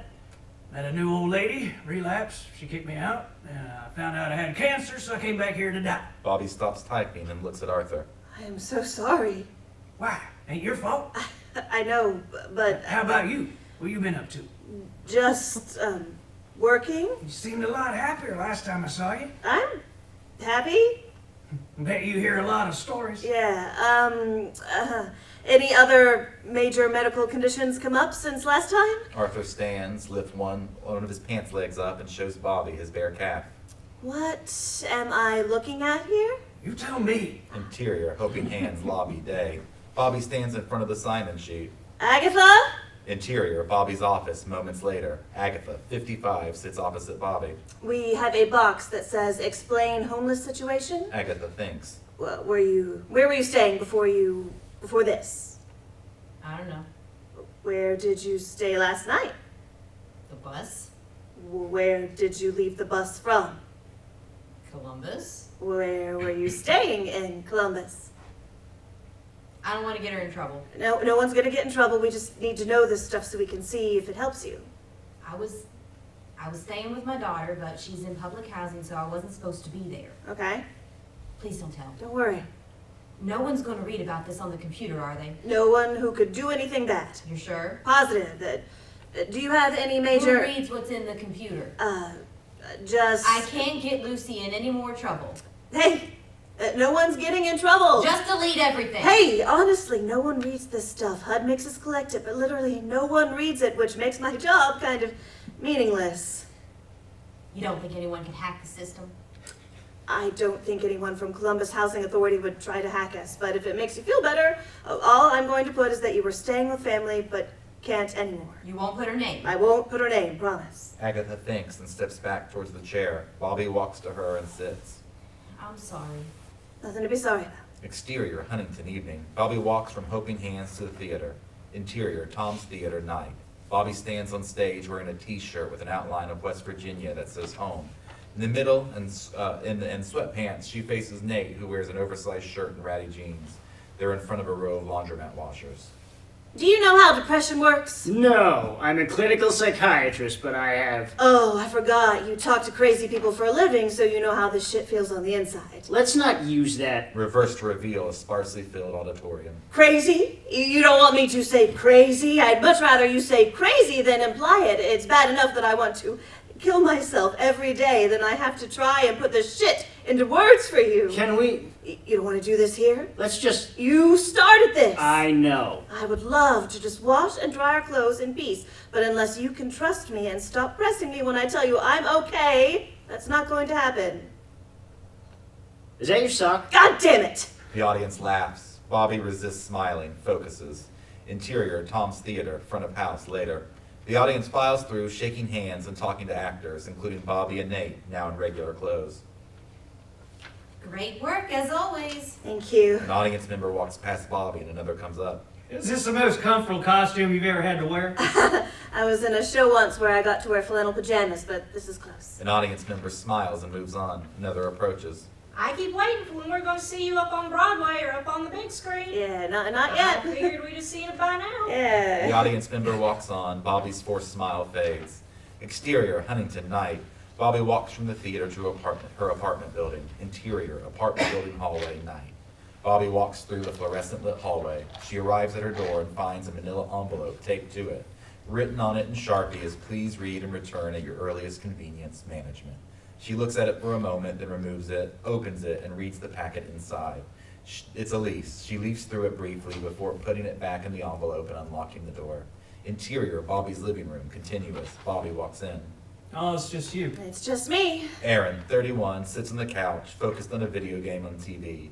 His eyes stay on the screen as he speaks. Oh, you had your cast party. Tomorrow. Did Jerry stop by? No? What? There was a lease taped to the door. Huh. I haven't smoked yet tonight, if you did. That's not what I'm worried about. Here's the thing about Jerry. I'm pretty sure my dad knew Jerry back in the day, and if it's the same Jerry, a little bit of weed should be the least of his concerns. I'm just wondering why he wants us to sign another lease. It's supposed to go month to month after a year. At least that means we're guaranteed the place for another year, right? Or it means we're locked in here for another year. Weren't thinking about moving before next year, were you? I don't know. I'm gonna be 30. I like it here. Rent's cheap. We can walk to DP Dough. You don't pay rent. Oh, well. Suddenly, there's a knock at the door. Bobby and Aaron look at each other, concerned. Then Bobby gets up, walks over, opens it. A delivery person stands outside. Hey, I have DP dough for Aaron. Interior, Bobby's room, night. Bobby rummages through the drawer of receipts, bills, old play programs. She finally finds what she's looking for, her employee handbook. She flips through it until she finds the benefits section. Focuses on a part of the mandatory contributions to the retirement fund. She puts her finger in the name of the retirement benefit provider. She logs onto her computer and finds their website. After some clicking and scrolling, she lands on an FAQ page confirming that an employee can withdraw their contributions, minus a penalty if they leave their job. She looks from her computer screen to the print of New York. Interior, Hoping Hands, staff hallway, day. Bobby walks to a closed door at the end of the hallway. A sign on it reads, Hilary Braxton, Executive Director. Bobby takes a deep breath and knocks. Come in. Bobby opens the door and steps in. Interior, Hilary's office, continuous. Bobby walks in to find Agatha standing in front of a window. What are you doing in here? I don't know. Where's Hilary? I don't know who that is. My boss? This is her office. I'm scared. Okay, well, come out here. Let's... No, Agatha steps closer to the window and covers her ears. Are you okay? I don't know why I'm here. Well, let me see if I can help you. Agatha opens the window and jumps out. Bobby runs to it and looks outside. Hilary rushes in. Where'd she go? I was trying to... Hilary walks to the window and looks out. I was afraid that might happen. Bobby tries to breathe. Hilary puts her hand on her shoulder. I'm sure you did all you could. Hilary walks to her desk and sits. Bobby reels. I was going to quit. I'm serious. You can't quit. I have to now. You're not quitting, or I'm going to tell them you pushed her. What? I'm not 100% sure you didn't. You're never leaving here. Interior, Bobby's room, morning. Bobby darts awake, catches her breath, grabs her phone, and sees there's a voicemail. Plays it. Hey, Miss Gibson, this is Bruce calling about your vehicle. If you're able to, we need you to stop by when you get a chance. Interior, Chain Auto Repair Shop, garage, day. Bobby stands outside of her car. A mechanic sits inside. Sometimes if I'm in a parking lot, it'll shut off, but if I turn it off and turn it back on, it starts. The mechanic tries to start it, and it roars, then stops. That's all it's doing now. So what are my options? You can put a new motor in, but you're looking at $1,800. Is there anything else I could do? Outside that, I guess you could just call a tow truck and get it home. Can I leave it here while I try to come up with the money? I don't think we do that anymore. Is it worth anything if I sold it or traded it for parts? I wouldn't buy it. I don't know anyone would, but there's a lot of people less discerning than me. I'm sorry. Let me get you some numbers for tow trucks. The mechanic steps out and walks away. Bobby thinks, looks around, then runs. Exterior, Chain Auto Repair Shop, continuous. Bobby runs down the street. Interior, Tom's Theater, night. Bobby and Nate are in the laundromat set in the same scene we saw last night. Bobby's way more pissed, though. Do you know how depression works? No, I'm a clinical... Oh, no, I forgot. You talk to crazy people for a living. You know how this shit feels on the inside. Let's not Are you crazy? You don't want me to say crazy? I would much rather you say crazy than imply it. It's bad enough I want to fucking kill myself every day than I have to try to put this shit into words for you. You don't want to do this here? Let's just... You started this! Bobby slams the washer door so hard it breaks off. She looks alarmed for a moment and tries to focus. I know. I would love to just wash and dry our clothes in peace. Interior, Tom's Theater, night. The tech crew wheels pieces of the set to the back door. Actors eat pizza. Back in normal clothes, Bobby walks up to Nate. I am so sorry. You were great.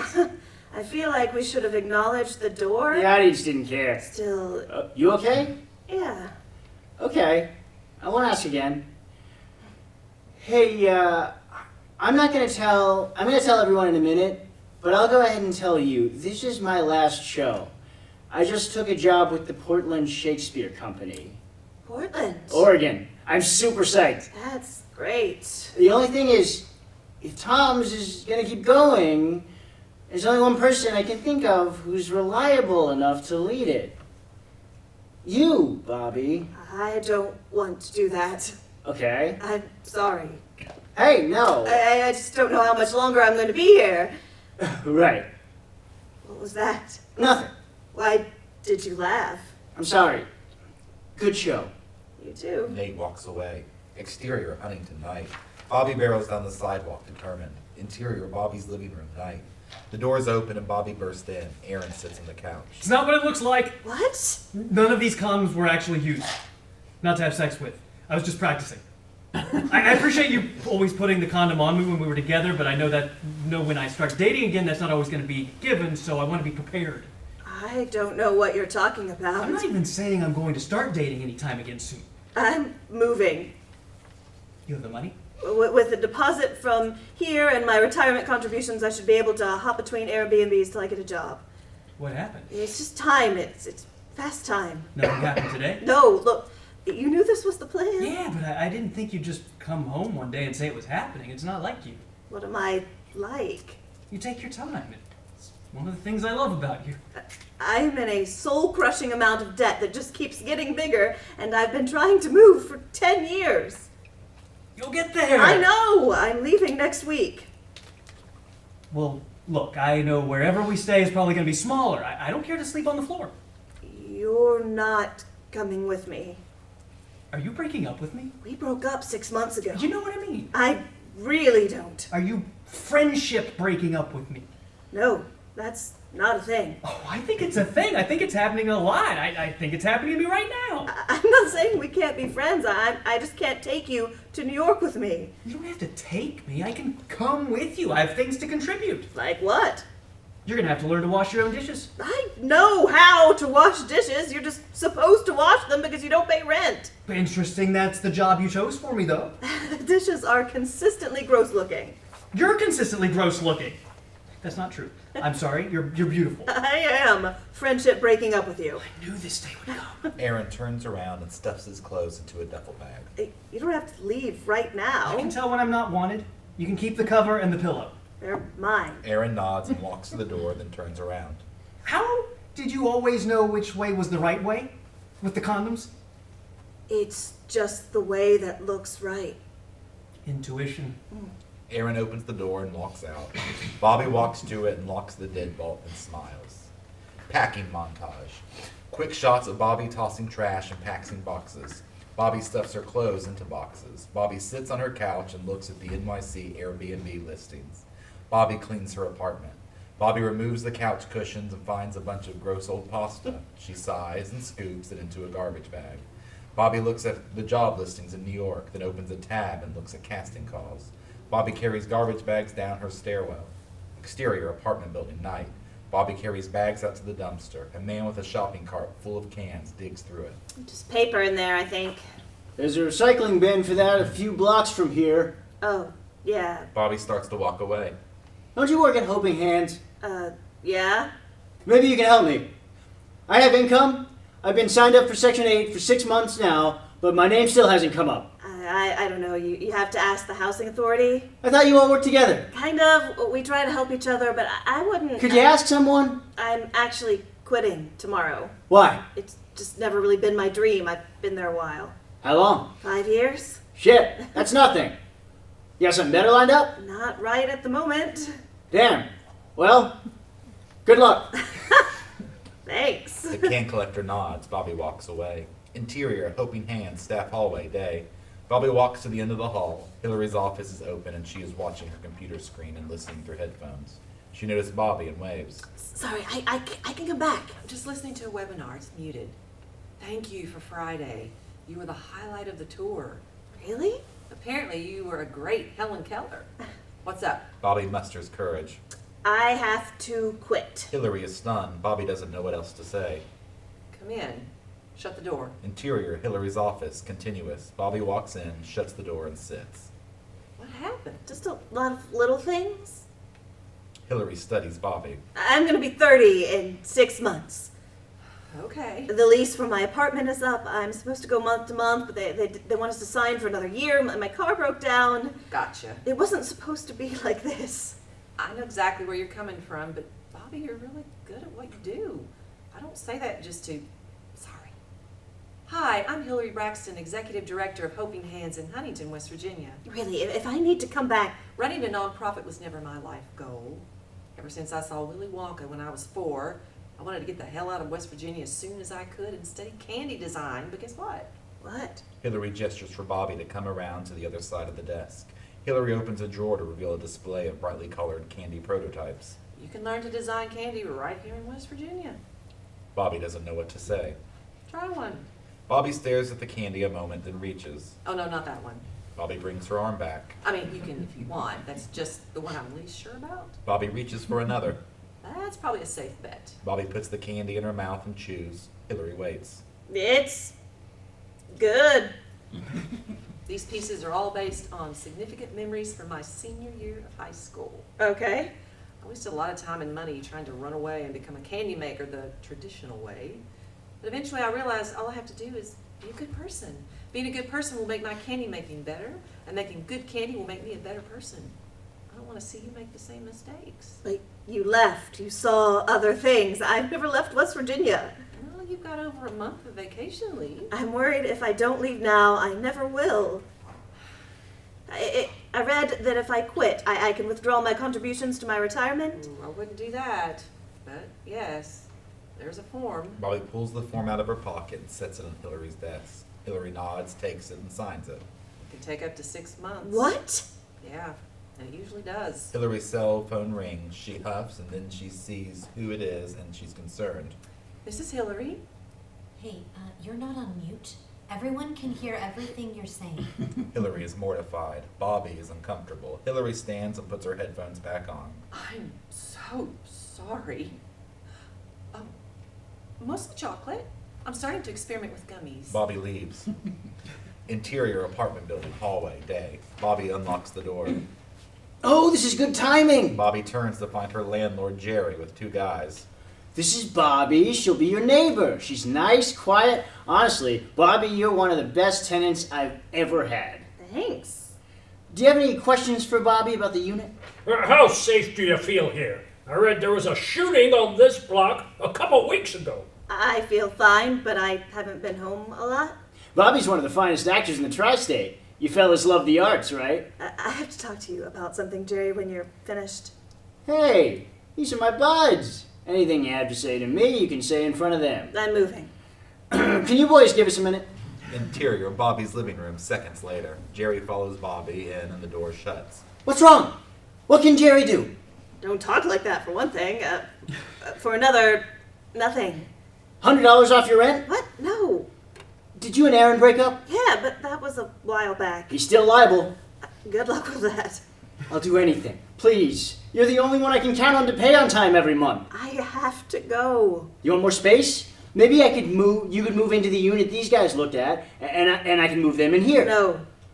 What do you want, Bobby? I want to do what I want and to stop settling. Okay, well, I don't know what that means. Can you put it in terms of something a landlord can give you? No. How long will it take to get my deposit back? If you get your deposit back, it should just be 2 to 3 months. Well, why would... Because I'm not just your landlord, Bobby. You want to know a secret? I'm the big dog. What? Big Dog Country. The radio station. You know how whenever they do a remote, they have that mascot that walks around? That's your landlord. So, sorry if I don't have the time to go find your deposit at the drop of a hat. Do they do remotes very often? You'd be surprised. Good luck out there. Jerry starts to pat Bobby on the shoulder, then thinks better of it, half-heartedly waves, and walks out.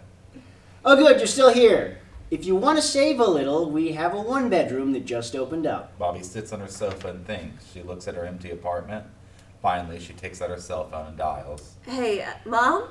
Exterior, Interstate 64, night.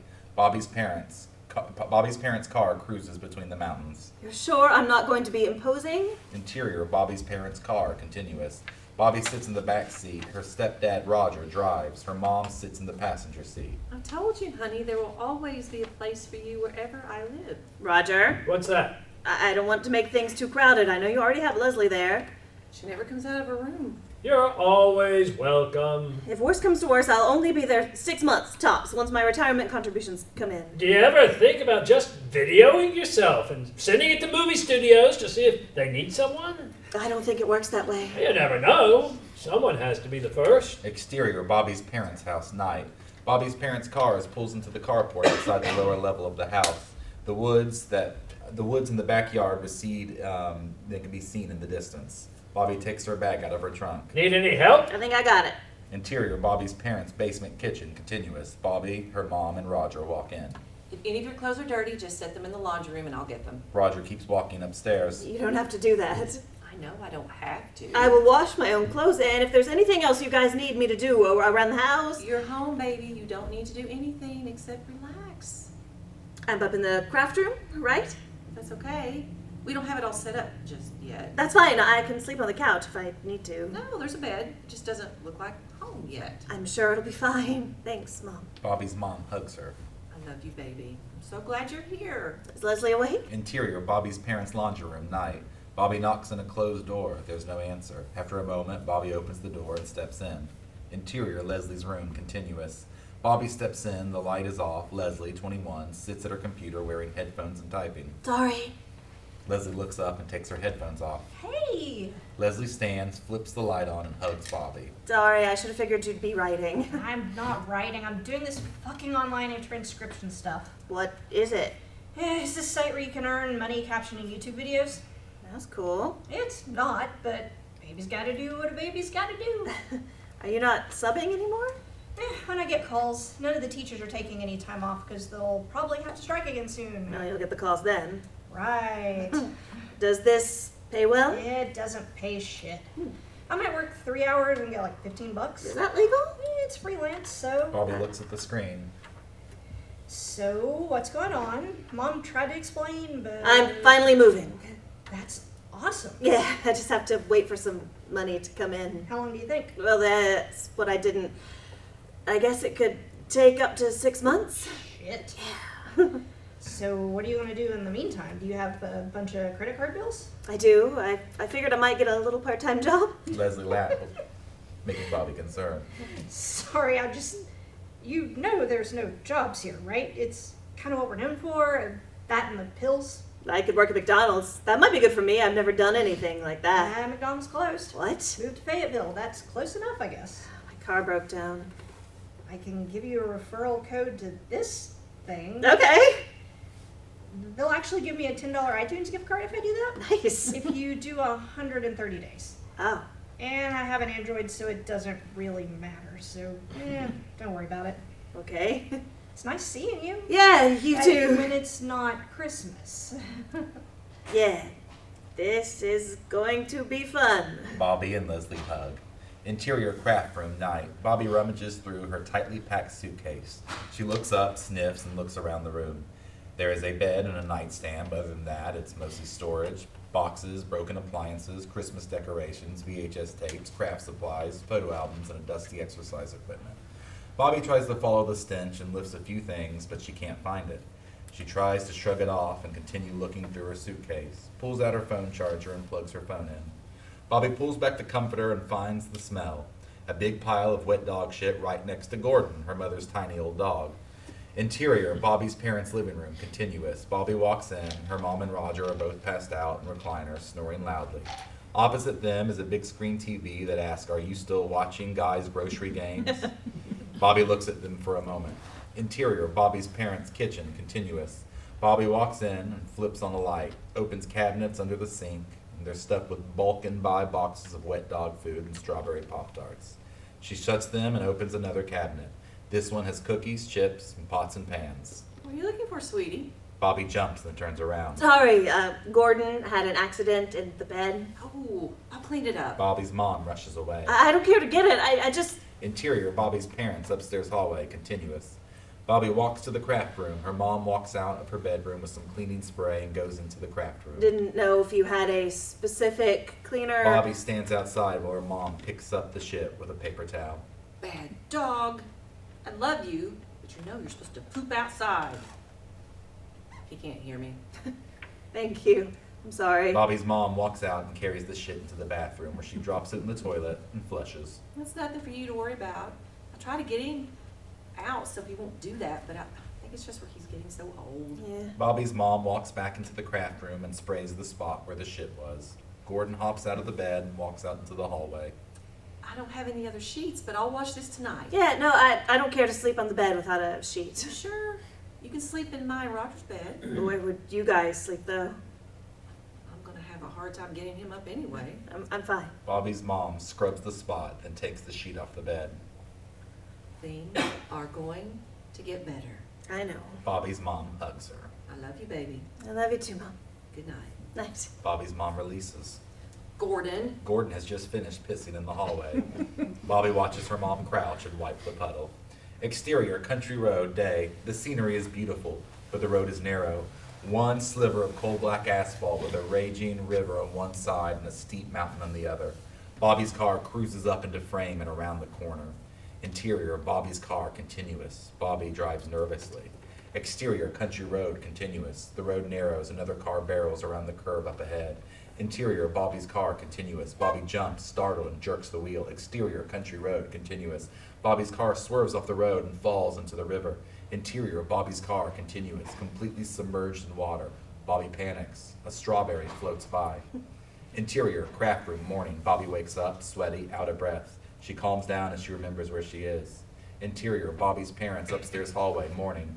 Bobby walks up to the bathroom door and opens it. Roger sits in the toilet, inside, looking at his phone. Sorry. You're good.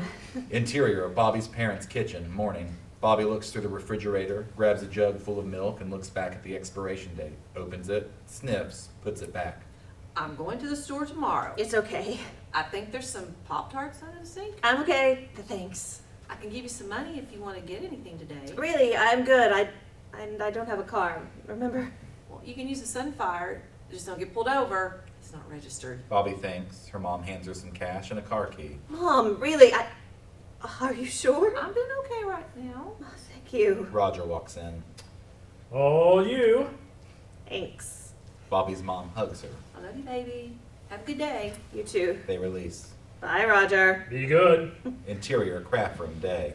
Bobby sits on the bed with her laptop open in front of her. On her screen is a website estimating how much money it would take for gas to drive a 2001 Pontiac Sunfire from Charleston, West Virginia to New York City. Bobby thinks. Interior, Sunfire, day. Bobby continues to think as she drives. After a moment, she grabs her phone and types something into it while driving. Starting directions to New York. Stay south on Main Street. In 600 feet, take the exit left to merge onto US Route 19 toward Beckley. Bobby approaches the sign for the exit Route 19. She puts her hand on her turn signal. And as soon as she does, sirens flash and whir behind her. She sees an OHPD cruiser in the rearview mirror. Exterior, Main Street, Oak Hill, continuous. Bobby pulls the rustled silver Sunfire over on the empty storefront. The police cruiser parks behind her. Interior, Sunfire, continuous. Bobby tries to calm herself by breathing deeply. The police officer, a woman a little younger than Bobby, walks up to Bobby's car, Bobby's driver's side window. Hi. I am so sorry. Do you know why I pulled you over? Was I speeding? You drove right through a stop sign and back on Euler. Oh my god, I didn't even... Looked like you were on your phone. Oh shit, I am so sorry. Where are you headed? Just the store. 9 hours away. Can I see your license, insurance, and registration? You can see my license, but this is my mom's car. It is not currently registered. Where are you going for real? I'm just going to the store. I put New York in my GPS just to see what it would look like. The police officer processes this. I was supposed to be moving to New York, but things got messed up, and I had to move back home with my mom, temporarily, hopefully. How far is home? 5 minutes from here.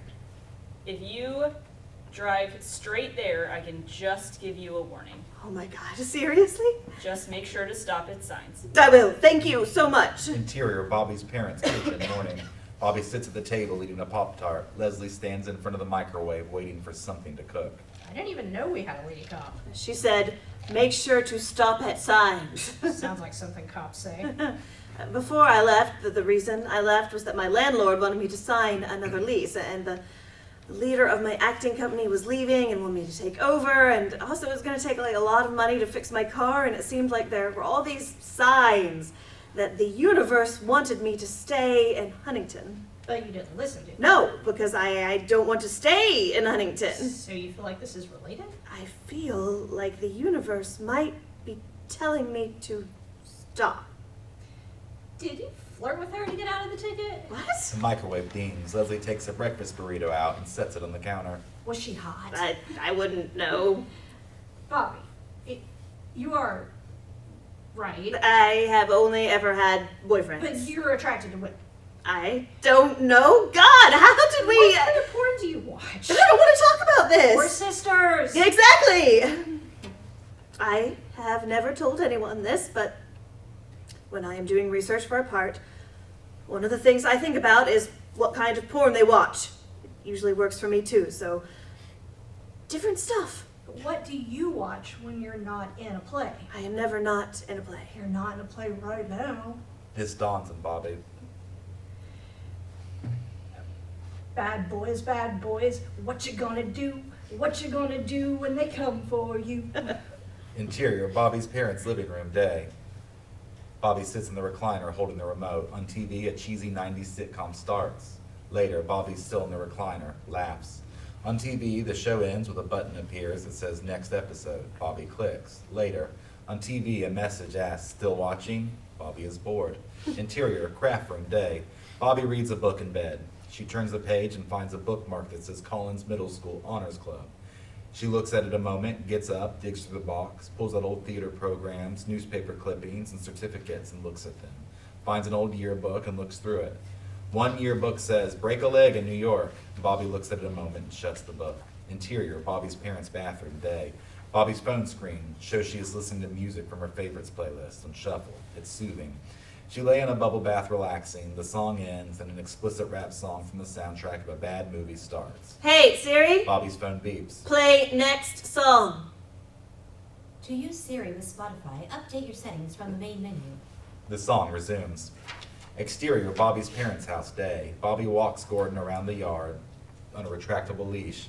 She looks around and begins to enjoy the fresh air. Exterior, Bobby's parents' neighborhood, day.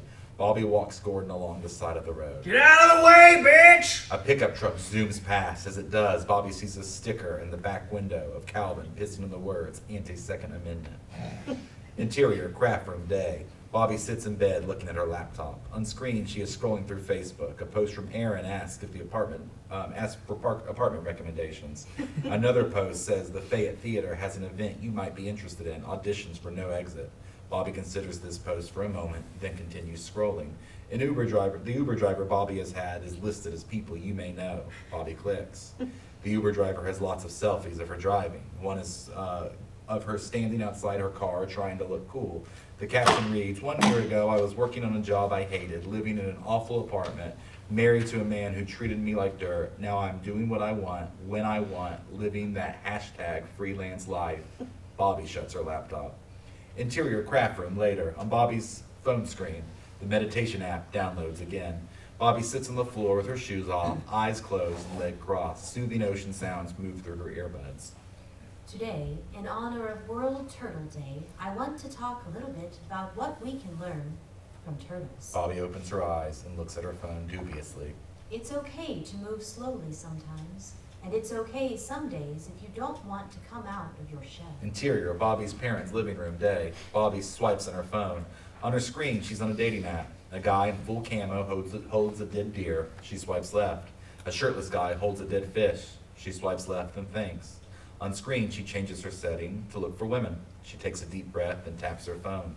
On screen, a nurse in a bio that says, my children and my Jesus are my world. She thinks a moment, then swipes left. On screen, another nurse with a bio that says, my Jesus and my children are my world. She swipes left. On screen, a woman in full camo holds a dead fish.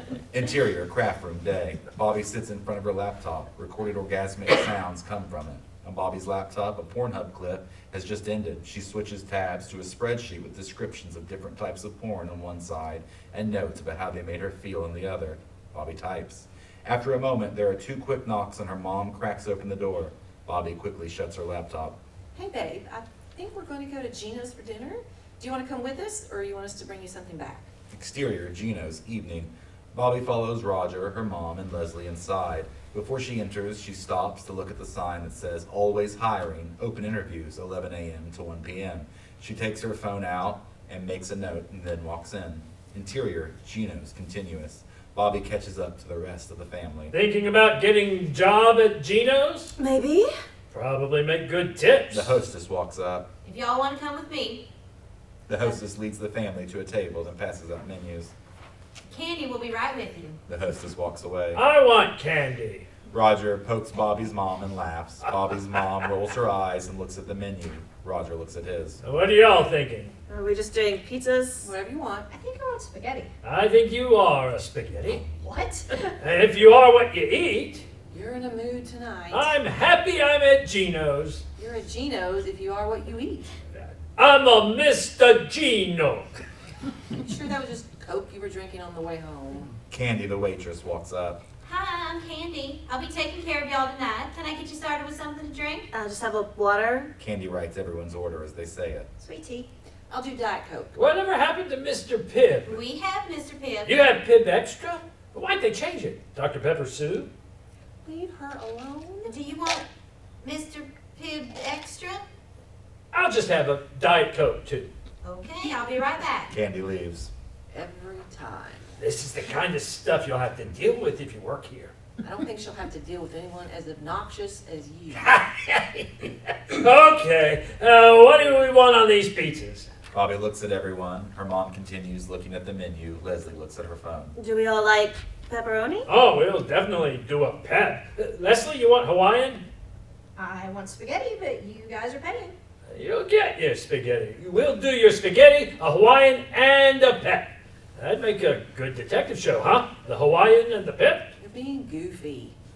Or a Disney movie. Bobby could play in it. Especially if I am what I eat. Don't encourage him. Candy walks up with a tray of drinks and passes them out. Okay, we've got water. Thank you. Sweet tea. Thanks. And 2 Diet Cokes. Thank you. You're welcome. You guys know what you want to order? Yeah, but first, we saw the sign out front that you're hiring.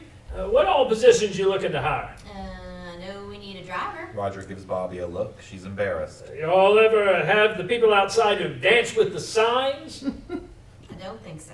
Well, our Bobby's an actor, so if you're looking for someone who has the charisma to do that kind of thing, she might be your girl. Stop it. I'm just saying. I'd like a spaghetti, if that's okay. Of course it's okay. Spaghetti. We'll have her spaghetti, and then we're going to do an extra large pep and an extra large Hawaiian. Reckon that'd be enough? No one says anything. Better make that 2 extra large pepperonis. Okay, I'll be back out shortly. What if she just brought out one pizza with 2 really big pepperonis on it? She better not. Did you have a relaxing day at home? Yeah. That sounded convincing. I have a hard time relaxing. Sometimes Bobby has a hard time knowing when to stop. Bobby gives Leslie a look. Leslie smiles. I know someone else who has that problem. Just be patient. We all need to recharge sometimes. Yeah. The table is quiet. Everyone except Bobby looks at their phones. Bobby looks around the restaurant. Interior craft room, morning. Bobby lay in bed asleep. She opens her eyes and walks over to the window. The ground and trees are covered in snow. Interior, Bobby's parents, upstairs hallway, morning. Bobby opens the door of the craft room and walks out. She's coming. Bobby looks toward the kitchen and walks that way. Interior, Bobby's parents' kitchen, continuous. A huge banner that says Happy 30th Birthday Bobby hangs across the room. Bobby's mom carries a cake with 30 lit candles on top of the front stove to the table. Roger and Leslie stand around it. Happy birthday to you. Happy birthday to you. May the Lord bless and keep you all of life's journeys through, and many more on Channel 4. Make a wish. Bobby blows the candles out. I don't know if yours came true. Mine did. What'd you wish for? That you stay forever. What? Loud explosions outside and windows zap into wild psychedelic colors. Bobby's mom laughs maniacally. Bobby suddenly has a Gino sign hanging around her. What is going on? Interior, craft room, morning. Bobby jolts awake and catches her breath. She stands and rushes over to the window where she sees it sunshiny with no snow. She breathes, relieved. Job application montage. Bobby looks at her laptop. On screen is a job listings website. Every link says CDL required. She clicks the next page. Bobby fills out an application. Bobby makes a pot of coffee and periodically goes back to drink more of it. Bobby tries to make sure her phone is working, that she's not missing any calls or messages. Bobby looks through her contacts for references. Bobby looks dubiously at a listing that says sleep technicians needed, no experience required. Clicks. Bobby looks incredulously at a math test that loads as part of one application, then sighs and starts taking it. Bobby reaches multiple job listing websites, pages that say she has looked up all jobs. Bobby sits in the recliner in the living room, unsatisfied. Exterior convenience store day. Bobby parks the Sunfire outside. Interior convenience store day. Bobby walks up to the counter. Is that all for you? I don't have anything. Oh, what? Are you hiring? How old are you? 29? Just making sure. You have to be 21 to work here. We sell hard liquor. What's your secret? What? To looking so young. Oh, eat healthy. And? Plenty of exercise. And you're happy? Sure.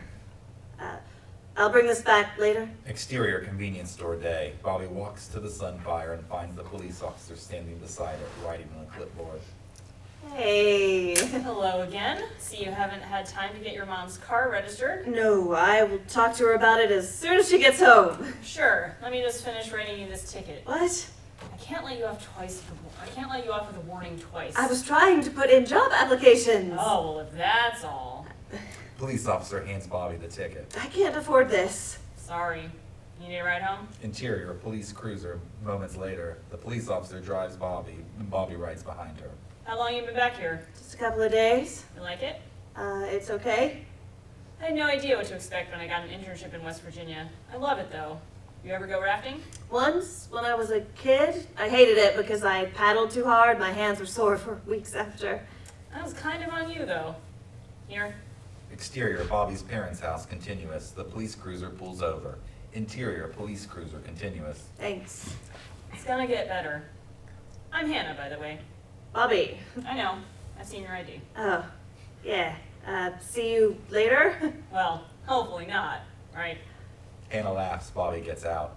Interior Bobby's parents' basement, kitchen, day. Bobby walks in, hears rumbling in the laundry room. Interior Bobby's parents' laundry room, seconds later. Bobby walks in to find her mom folding clothes as the washer and dryer work. Hey, babe. How you doing? Hey, are those? I know you said not to, but I was doing a small load, so I figured I'd see if you had any dirty. I said I would wash them. I'm sorry. So, did you go in? I didn't know you'd get so upset. I'm not. I just. If you want, you can do the rest. It's not about the laundry. It's about boundaries. It's about my independence. Independent people can help each other wash clothes sometimes. No, see, this is what's holding me back. Holding you back? This is why I'm still in West Virginia. You're getting out of West Virginia. This is just temporary. Is it? If it really takes 6 months to get the money, then it's just going to go toward paying all the credit card payments I can't miss. Many credit card payments, and then they're going to default, and if I default, what are they? I don't have any assets. They can't repossess all the fast food I spent it on. Calm down. Be okay. I can help if I need to. That is my point. Other people, in order to make it, they don't have a safety net like you. Are you saying I shouldn't be helping? I'm saying I have no sense of risk, no other option. Well, I can kick you out if you want me to. I'm not saying anything like that. Well, what do you want me to do, Bobby? I don't know. The dryer stops. It's silent. I'm sorry. It's okay. Interior craft room, evening. Bobby lay in bed looking up at the ceiling. There are a few knocks at the door.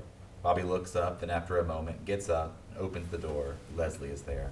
Hey, is everything okay? Yeah, sorry, that was right outside your... Bobby walks into the room. Leslie follows and shuts the door. Bobby picks up the ticket and hands it to Leslie. I don't think the lady cop likes me as much as you thought. Oh, shit. I was gonna tell Mom about that, and I don't know, maybe I subconsciously got mad at her before she could get mad at me. Mom won't be mad about this. Maybe not. What happened to stopping? I don't think I'm very good at it. Well, if you want some help... Leslie takes out a plastic bag of weed. Bobby is surprised. Exterior, Bobby's parents' backyard, evening. Bobby and Leslie stand in the woods out back. Leslie takes a hit from a bowl.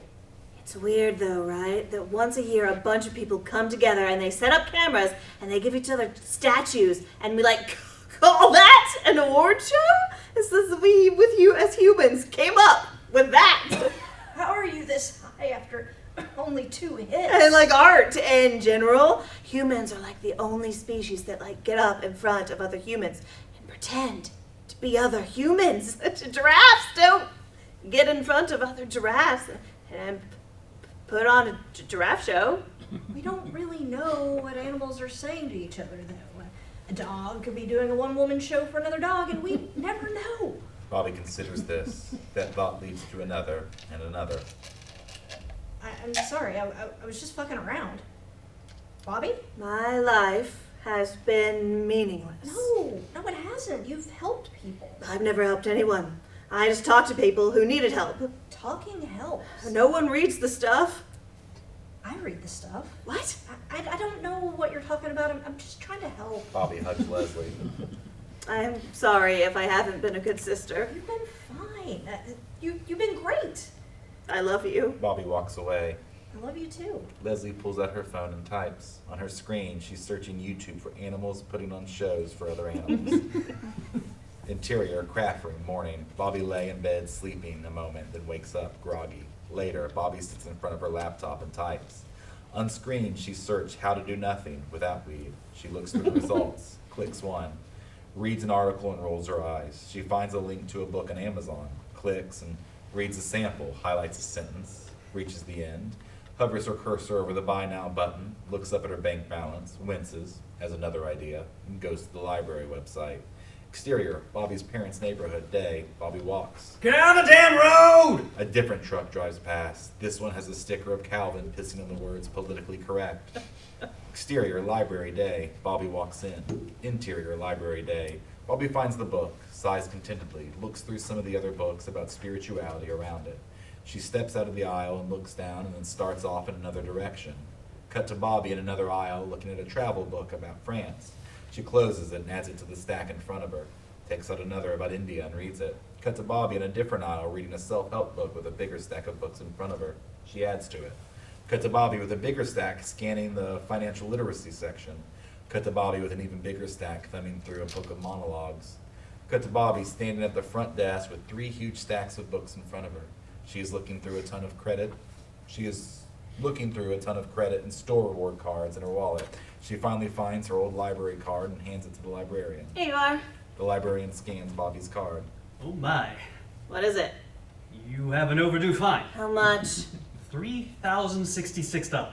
What? That's what it says. How is that? It's 60 cents for every day past due, and you've had acting as a business since May 6, 2005. Don't you guys, cut it off at some point? Evidently not. I've never seen anything like this. Well, I don't have $3,066. It's free fine week next week. If you bring it in then, we can wipe it out. I don't even know if I still have it. This says you do. I know, but... Sorry about your luck. Bobby walks away. Exterior, library, day. Bobby sits on the stairs, upset. Everything okay? Bobby looks up to see Hannah standing beside her, out of uniform. I walked here. I'm just checking on you. I'm off today. Hannah sits. I can't do nothing. I can't do anything. Bobby looks at Hannah. Sorry, I was almost an English major before I switched to criminal justice. I was just trying to get some books, and it doesn't matter. Do you need a card? I'm okay. Bobby walks away. Hannah watches her. You hungry? Interior, pies and pints, day. Bobby and Hannah sit at a table. I like the Cuban pork pie, which I know is ironic, because I'm a cop and pork. Any word back on the job? What kind of work are you looking for? Just something temporary. I just don't want to be here any longer than I have to be. Where are you going? New York. Oh, right. What's in New York? I want to be an actor. Oh, so cool. I mean, I do act, but I've never been paid. I've won some awards. So you're an actor. I majored in theater. It's always been the plan to move to New York. You guys know what you want? We can just get what you want. I can give you a minute. Bobby shakes her head to Hannah. We'll have a large Cuban pork pie. All right, I'll get that right in for you. What were you saying? I don't remember. New York's always been the plan. Yeah, I'd save up a little, something would come up, I'd save a little more, then something else. Like what? Yeah, car bills, hospital bills. Never mind hospital bills. Boyfriends. Sorry. What are you sorry about? Nothing, never mind. So, did you finally save enough to move to New York, or? I did not. Not even close. I thought I could withdraw my retirement contributions from my old job and get the deposit back from my apartment before I had time to talk myself out of it, but that didn't work, and now I am here. Okay, well, things will get better. You just have to be patient. That's what everyone always says. That's what I was trying to do at the library. By crying on the stairs. I didn't let any tears come out. I was looking up books on how to do nothing or be patient. You can't just look that up in a book. You can if you don't have outrageous fucking fines. Have you tried meditating? I had a nap. Didn't work. It calmed me down. There was this thing on it that would do a different guided meditation every day. One morning, last week, it told this story about a strawberry. Once, there was a monk who was walking through a field, and then a tiger jumped out at her, so she ran away, and she ran to a cliff and found a vine that she swung off of. She hung from the vine, and there was this abyss under her. And then the vine breaks. These mice, a white mouse and a black mouse, started chewing on it, so she's fucked. And then she looks out in front of her, and she sees this beautiful strawberry. She plucks it and eats it, and it's the best strawberry she ever ate. And that's the end of the story. Okay.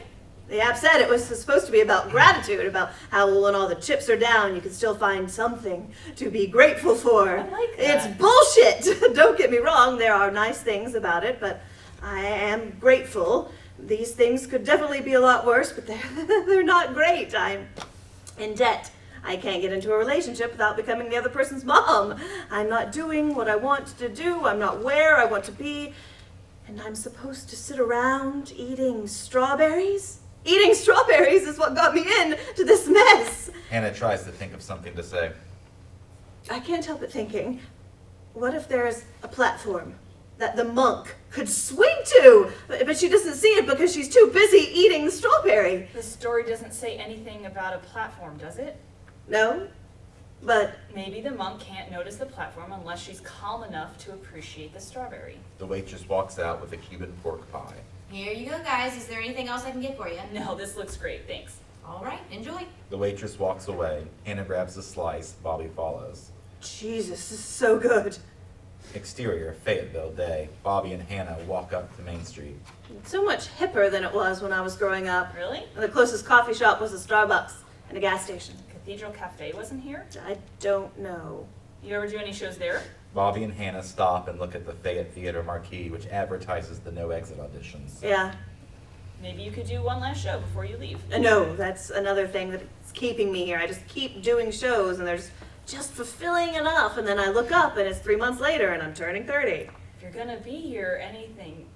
If I'm not going to be here anyway, I can get a job and get out of here sooner. Exterior, White Oak Trail day. Bobby and Hannah walk and sip milkshakes. It's not like I think I'm above retail. I'm just terrified of making change. How does that quote go? The only constant is change. I'm talking about like coins. Oh, gotcha. I never saw myself working or living somewhere like here, but it's cool. Police department's so small, I have so many responsibilities I've never had anywhere else. So I'm learning a lot more. That's cool. Is it... I mean, I know I could never be a cop, especially not right now. What do you mean? I'm sorry. No, you're good. I'm just curious to know what you meant by that. You know, I'm really sorry. I mean, you seem... There have always been shitty cops. I know.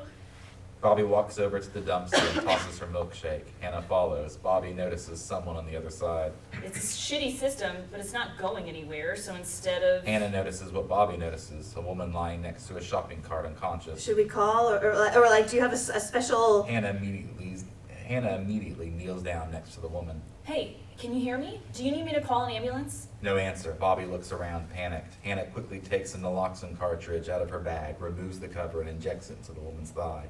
She then takes her phone out and dials. Hi.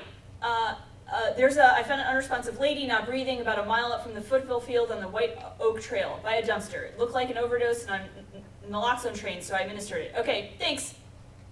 You have to sound scared, it won't take forever. The woman suddenly wakes up. What the fuck? It's okay. An ambulance is on its way.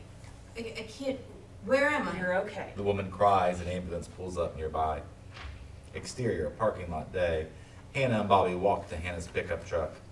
You okay? I'm fine. It was intense. I worked at a homeless shelter. You know, there were days I thought I'd have to do something like that. How do you stay so calm? Did I seem calm? I meditate. I don't use an app like you said you do. Guided meditations put me to sleep. I've also just done a lot of scary shit. I need to do more scary shit. You're about to turn 30 and you decided to go broke and move back in with your mom. That's kind of scary. There's a million different ways you could look at anything. Exterior, Bobby's parents' house day. Hannah pulls into the driveway. Interior, Hannah's truck, continuous. Bobby unbuckles. Hope you have a good evening. You too. Thank you. Would you like to make plans to do something? Sorry, dumb. Thank you. What are you doing tomorrow? Interior, craft room, evening. Bobby sits cross-legged on the bed. She closes her eyes. Black. 1, 2, 3, 4. You're a failure. No. 1, 2, 3. So what, you're gay now? Bye. That makes sense. One more thing you can't make up your fucking mind about. Stop! 1, 2, 3, 4. How much of your check you want to bet you'll spend on our Christmas present? 1, 2, Jesus. You know, if I heard someone talking to someone else like this, You'd what? I'd think they were pretty shitty. But you wouldn't do anything. Chicken shit. Hey, I quit my job and I moved out of my apartment without knowing where I was going to. That's not very chicken shit. Last time I checked, quitting was the trademark move of chicken shit. Not always. You're pathetic. The only thing I'm surprised about is that it took so long to make it back here. Interior, craft room, continuous. Bobby opens her eyes. She takes a breath and starts to get up. Gets back into position and closes her eyes again. Black. 1, 2, 3. Fuck you. What do you have to be stressed about? Olive Garden hasn't even called you, set up an interview yet. You can meditate when you need to stop worrying about how you're gonna fuck it up, but you still will. That is true. Needlessly mean. Why are you doing this? Interior, craft room, continuous. Bobby opens her eyes and thinks for a moment. Black. To get you to shut up. I will never shut up. If you would just listen to me, you wouldn't be here. You wouldn't have been in Huntington so long. What do you mean? Oh, sorry. You'd be in New York or LA or touring. You'd be making money doing what you love. How? Oh, so this is what it takes to shut you... Because you're supposed to prove me wrong. How am I supposed to know that? I don't know. You're me. I'm you. 1, 2, Maybe 3, now that I'm conscious of it, maybe this isn't like the most conducive method of... What? I'm sorry. You're not a failure. You're a good actor and a good person. But I'm still not where I want to be. Yeah, and you're probably not going to get there if I keep talking to you this way. Okay. So, 1, 2, 3, 4. You're the best. Thanks. We probably shouldn't be conceited either, though. 1, 2, 3, 4. Why don't you pull up that porn spreadsheet? Honey! Can't blame yourself for trying. 1, 2, 3, 4. 1, 2, 3, 4. Interior, craft room, later. Bobby opens her eyes and breathes a deep, relieved sigh. Interior, Bobby's parents' kitchen, evening. Bobby walks in. Her mom is sitting on the floor with Gordon, trying to get him to eat. Oh, hey. Hey, babe. Gordon's being picky tonight. I'm really sorry again about yesterday. It's okay. I know you're going through a lot. I can't kick you out, though. That's the only thing I can't do for you. I know, and I appreciate that. It's not your fault that you know. Bobby's mom gets up and hugs her. I love you. I love you too. Bobby's mom releases and opens the fridge. I think maybe if I put some eggs and cheese on top of this food. Bobby watches as her mom gets eggs and cheese out. Interior, theater, backstage night. Bobby wears a Victorian-era costume and waits to go on. Suddenly, she panics and runs. Interior, dressing room, moments later. Bobby rummages through a duffel bag. A tech crew member walks in. Hey, you're about to go on! I need a script! The tech crew member shakes her head and walks up to Bobby and hands her a script. Thank you. The script is all in wingdings. Interior, theater, stage, moments later. Bobby walks out into the stage. The audience is all in their underwear. Back on stage, Bobby is wearing everything she owns. Say something! The audience boos. Interior, craft room, morning. Bobby darts awake. Interior, Bobby's parents' kitchen, morning. Bobby carries a Pop-Tart to the toaster and starts to unwrap it, then hears something in the living room. She rushes in. Exterior, Bobby's parents' house, morning. Bobby stands outside with Gordon on a leash while he uses the bathroom. She thinks. Exterior, Bobby's parents' neighborhood, morning. Bobby walks to the side of the road. A truck honks and zooms past. Stay out of the way, bitch! Hey! Fuck you! Someone nearby claps slowly. Bobby looks over and sees the neighbor sitting on the porch. She gives Bobby a thumbs up. Bobby keeps walking. Interior, convenience store, morning. Bobby stands at the counter. The clerk rings up the canister of oatmeal and a protein bar. Do I know you from somewhere? I was in here the other day. I don't think that's it. Exterior, DMV day. Bobby walks in. Interior, DMV day. Bobby sits and looks at her phone as she waits. On her screen, she is looking at pictures of Hannah's Facebook profile. She looks up at the tickets are being served, checks her again and sighs, taps her phone screen. On her screen, she's looked up the script for no exit. She reads, exterior, parking lot day. Bobby affixes a new registration sticker to the license plate of the Sunfire. Interior, Bobby's parents' laundry room day. Bobby knocks on Leslie's door. There's no answer. Interior, Leslie's room, continuous. Bobby cracks open the door and steps in. Leslie is asleep in front of her computer. Bobby looks at the screen. Interior, craft room day. Bobby captions videos on her laptop. Her phone rings. Hello? This is her? Yeah? I'm good all day. Interior, office day. Bobby, dressed professionally, sits across a woman behind the desk. Tell me a little about yourself. Take your time. I know it's hard sometimes to talk about ourselves. I'm an actor. I like acting. It says here you majored in theater. Yep. Have you been able to use that at all? To be fair, I haven't really tried. I majored in French. I can barely even speak French now. You were at your last job a while. Yeah. Why'd you leave? I just had to get out of Huntington. I get that. Well, they have the most heroin overdoses in the country in one day. My boy goes to Marshall. It's like the Walking Dead up there. But that's not... Oh, homeless shelter. Ugh, I couldn't do it. You must have a lot of patience. Yeah. So why should I hire you over anyone else? I'm a hard worker. I show up on time. I take direction well. Because you're an actor. What do you like about acting? I don't know. I'm good at it. I mean, I think people say I am. Sorry, I am being awkward. No. I am. I'm usually awkward, but if I'm acting, if I have a script so I know what to do and say, it's less living in the world without a script. That's hard. Well, the great thing about Sandwich World is that you do have a script of sorts. Hi, welcome to Sandwich World. Would you like chips or apple slices? You might have to ad-lib when customers have weird questions. Why don't you sell the pizza sandwich anymore? But you'll come up with your little stock responses. So wait, is this... It's mostly just to make sure you're not a crazy person. Also, I get lonely. Oh my gosh, thank you. You said you can start Monday? Exterior, parking lot day. Bobby and Hannah stand on gravel in front of an overlook of the mountains. Sounds like you had a very eventful 24 hours. I'm sure yours was more. I spent most of it trying to investigate a dead body someone found in the woods. Jesus. Haven't found much yet. I am sorry. Guess I'm pretty desensitized to that stuff now. Yeah, I know what you mean, from the shelter. How'd you get into doing that? Just needed a job, they had an opening. That's the kind of job a lot of people say they won't do. Well, again, so is yours. True. I guess I do want to help people. It's taken me a long time to wrap my brain around the idea that I can still sort of help people if I pursue acting. Well, hey, people need sandwiches. They do need sandwiches. A bell rings. Green tickets, line up at the sliding gate. Bobby and Hannah walk over. As they do, they are at the mystery hole. Now, when the mystery hole was originally built, the owner created this one kind of gate. Interior, Hannah's truck, evening. Hannah drives, Bobby rides. I haven't done that since I was 12. I think I've been 12 times since moving here. Is that where you take all the girls? Believe it or not, there are not a huge amount of girls who are up for it. Or anything at all. Well, I am. Exterior, woods, evening. Bobby and Hannah walk down a huge wooden flight of stairs.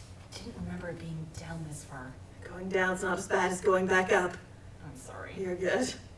Bobby and Hannah reach the bottom and look at the New River Gorge Bridge. It's probably not that impressive to you. You grew up with it. It is, though. I mean, yeah, I grew up with it, so it's always been there, but I never really looked at it like this. Bobby and Hannah stand closer together, look at each other, then kiss. Exterior, Hannah's house, night. It's a very cute little house with in a nice residential neighborhood. Bobby stands behind Hannah as she unlocks the door, then follows her inside. Interior, Hannah's house, continuous. Hannah shuts the door, and then she and Bobby make out a little. I'm really sorry, but could I use the bathroom? Yeah, upstairs, first door on the left. Bobby and Hannah keep their eyes locked on each other as long as they can as Bobby walks upstairs. She trips a little. Interior, Hannah's house, upstairs, continuous. Out of Hannah's eyesight, Bobby examines the decorations and furniture incredulously. She goes into the bathroom. Interior, Hannah's bathroom, moments later. Bobby continues looking at everything and picking things up. You okay in there? Yeah, I'm good. Bobby flushes and turns the sink on as she continues looking. Interior, Hannah's house, upstairs, continuous. Bobby walks out. Hannah walks up to her. I missed you. Hey, I'm sorry, but how much do you pay rent here? I don't. You mean they just give you a house if you're a police officer? Baby, I own this place. Hannah kisses Bobby. You own this house? Mm-hmm. I'm sorry, I guess I just thought you were younger than me. You're 29, right? Yeah. I'm 25. How do you own a house and you're a 25-year-old police officer? I've always saved and been smart with money. You okay? Bobby tries to breathe but finds it difficult and starts to become dizzy. Yeah, I think. Here, lay down in the guest bedroom. Bobby faints. Interior, Hannah's guest bedroom, morning. Bobby wakes up, looks around the room at all the West Virginia-themed decorations. Interior, Hannah's dining room. Kitchen, moments later. Hannah cooks French toast. Bobby walks in. Good morning. I was worried this was going to get cold by the time you got up. Sorry, I've been having a lot of weird dreams lately. Do you own this place? Don't want you to have another panic attack. I'm sorry. You don't have anything to be sorry about. Hannah plates some French toast, eggs, and bacon. I get liking it here, kind of, but Hannah sets plates down and sits. Real estate is cheaper here than anywhere else in the country. Yeah, but it's so backward here. And it's going to stay like that without people like you and me. Bobby looks up at her plate. The syrup is strawberry. The strawberry was not intentional. It was on sale. Bobby eats. It's really good. Thanks. I love to cook. I do too. I'm just usually so busy. What's up? Bobby looks at the time on her phone. Is everything okay? Yeah, the auditions for that play are today. You wouldn't. Is there any possible way that you would? Time jump montage. Bobby and Hannah enter the Fayette Theater under the marquee for no exit auditions. Bobby performs a monologue at the audition. We see progressive versions of the following scenes with Bobby in different outfits, becoming calmer and more content as time goes on, meditating, working at a sandwich world, stumbling as she counts change and makes sandwiches at first, then doing it all briskly with a smile later.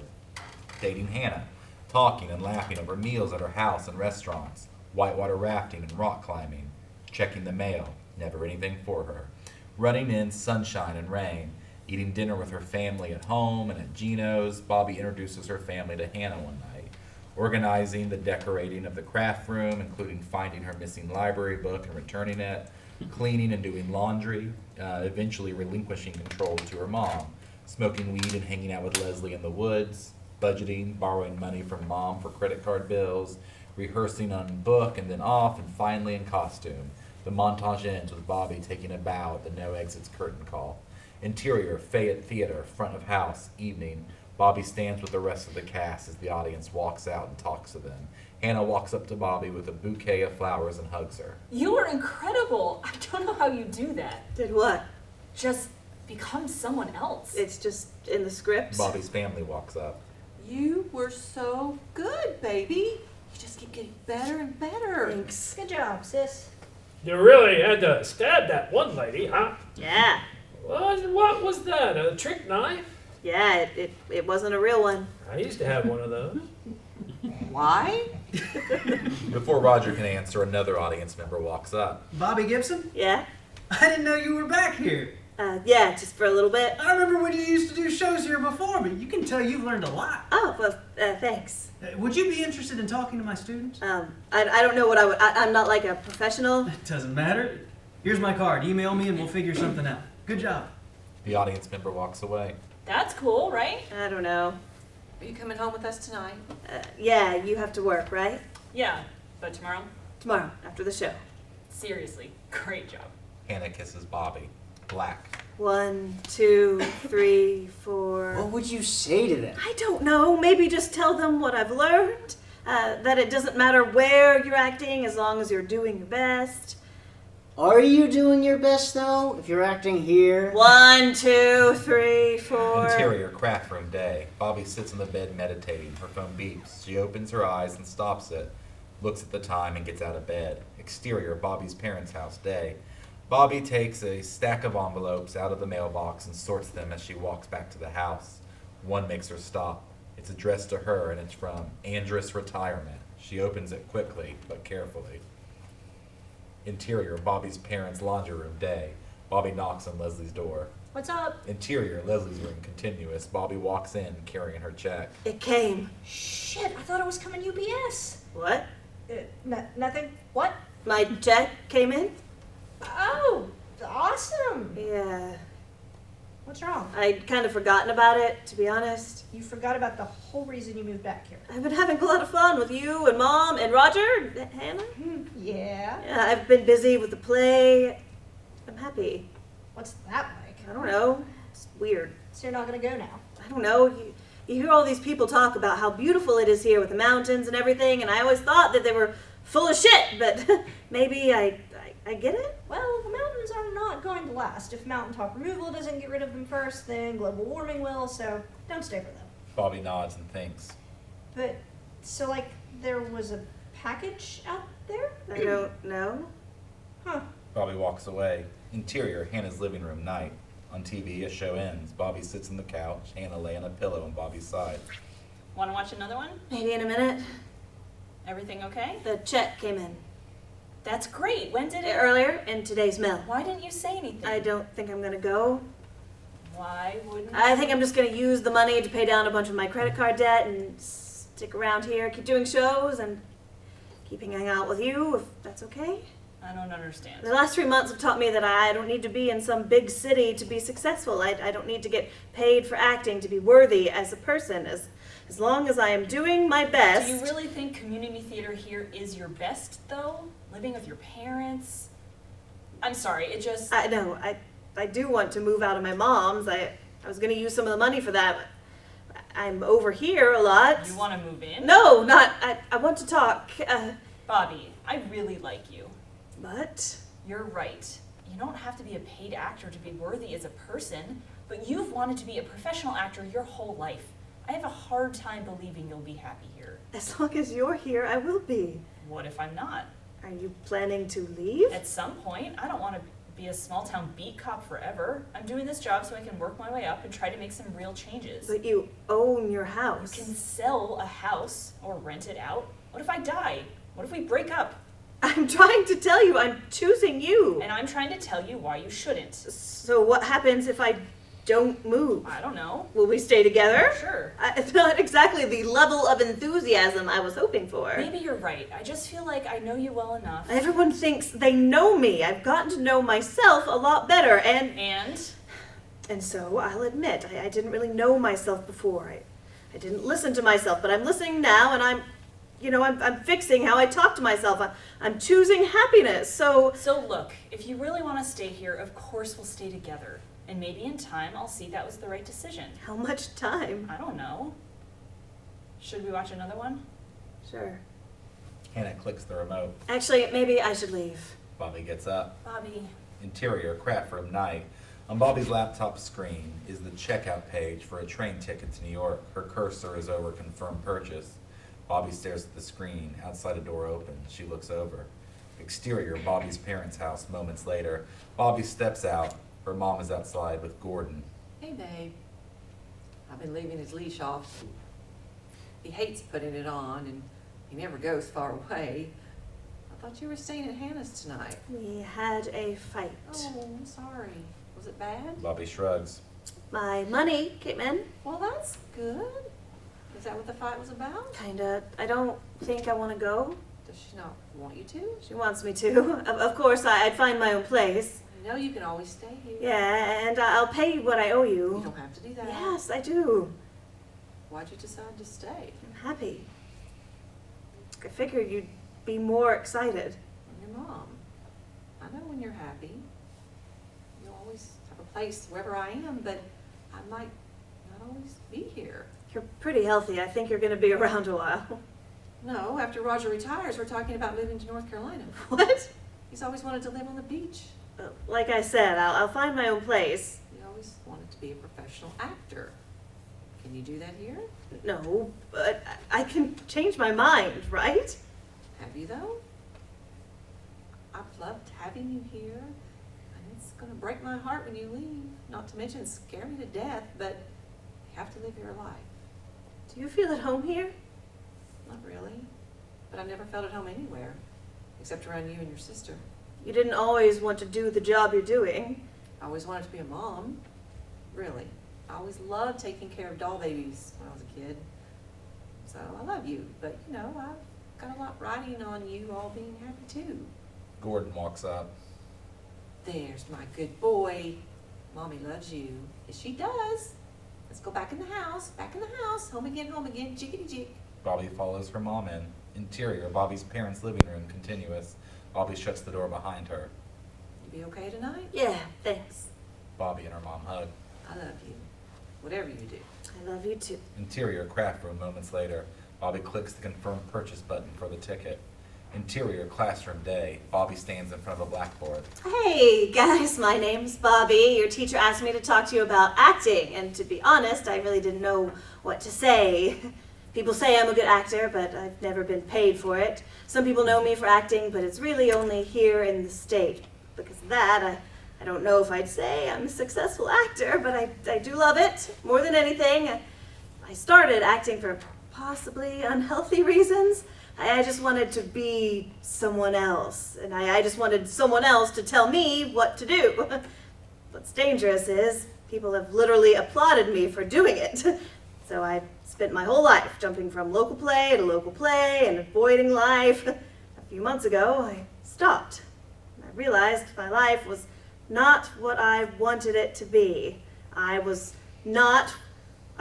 going through, I always thought I was going to move to some big city and become a famous professional actor, because I wasn't. I decided to burn my whole life down, figuratively speaking, and just move.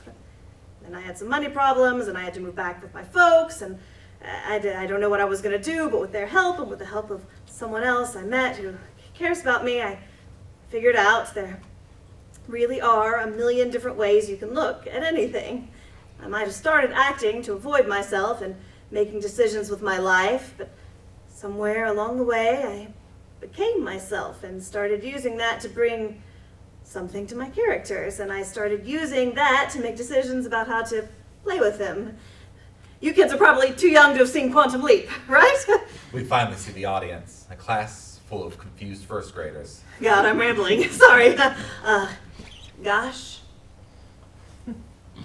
Anyway, my point was I'm passionate about acting, regardless of any external success it's given me, and what's always helped me, even when I thought it was hurting me. So I'd encourage all of you guys to try to find out what you're passionate about.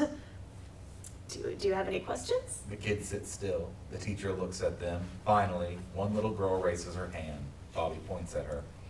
Do you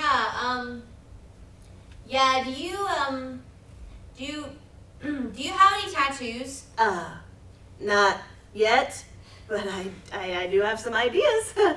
Anyone else? Exterior, elementary school day. Bobby walks out and sees someone up ahead. Shit. Hannah is walking to school. Bobby changes direction, but before she can get too far... Bobby? Oh, hey! Hannah walks up to Bobby. Was today the... Yeah. How'd it go? I'm not really used to being myself. That's deep.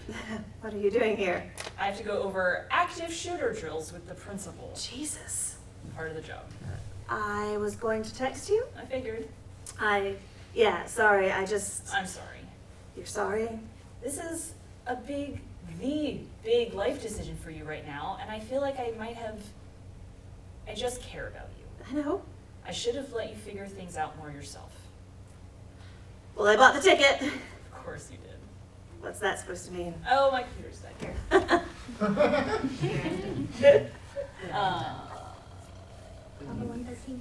When do you leave? Day after tomorrow. Doing the Airbnb thing? According to my budgeting, as long as I find a job within 2 months. Of course, the sooner I do is... It won't take you long. I'm gonna miss you. Yeah, I'm gonna miss you too. You didn't... Did you change your mind? There's nothing for me to change my mind about. I'll be back for Christmas. We should hang out then. There's an awkward silence. Then they kiss. Be safe.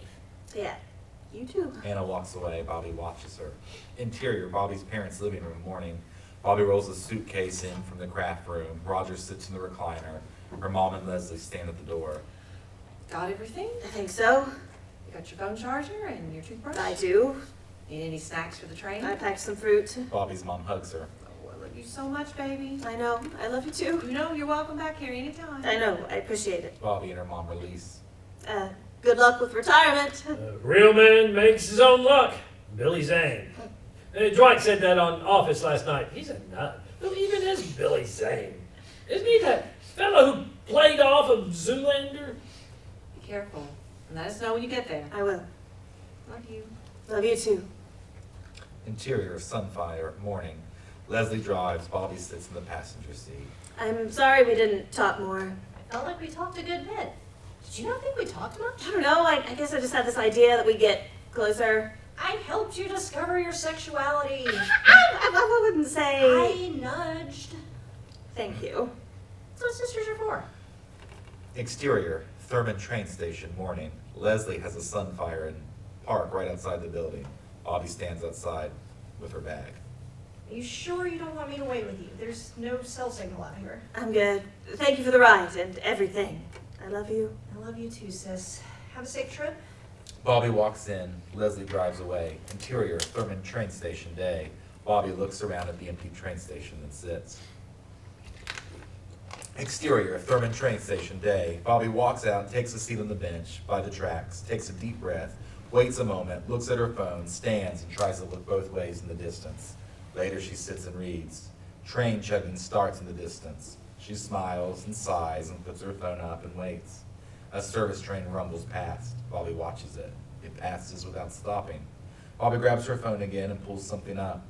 Notice something that troubles her. On Bobby's phone screen, she has her ticket pulled up and is focused on the date. Interior, Thurman train station, continuous. Bobby walks in and finds a sign with the date and time. It's the day after the day of her ticket. Bobby stares at the sign incredulously, then sighs, laughs, opens her bag, takes out a Tupperware container full of strawberries. She takes one out and eats it. The end.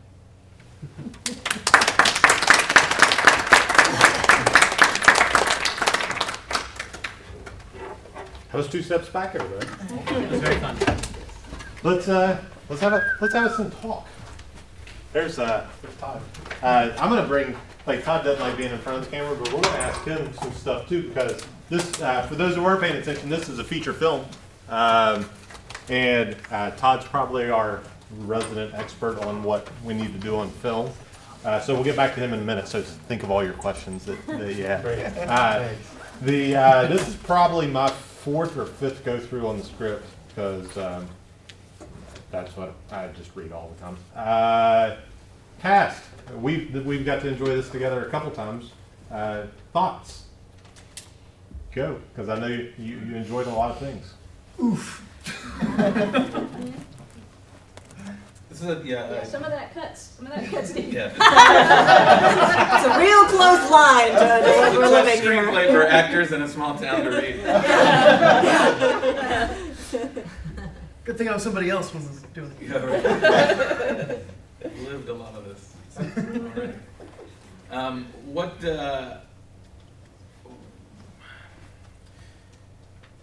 How autobiographical is this for you? Is it at all, or is it based on? Definitely, yeah. It's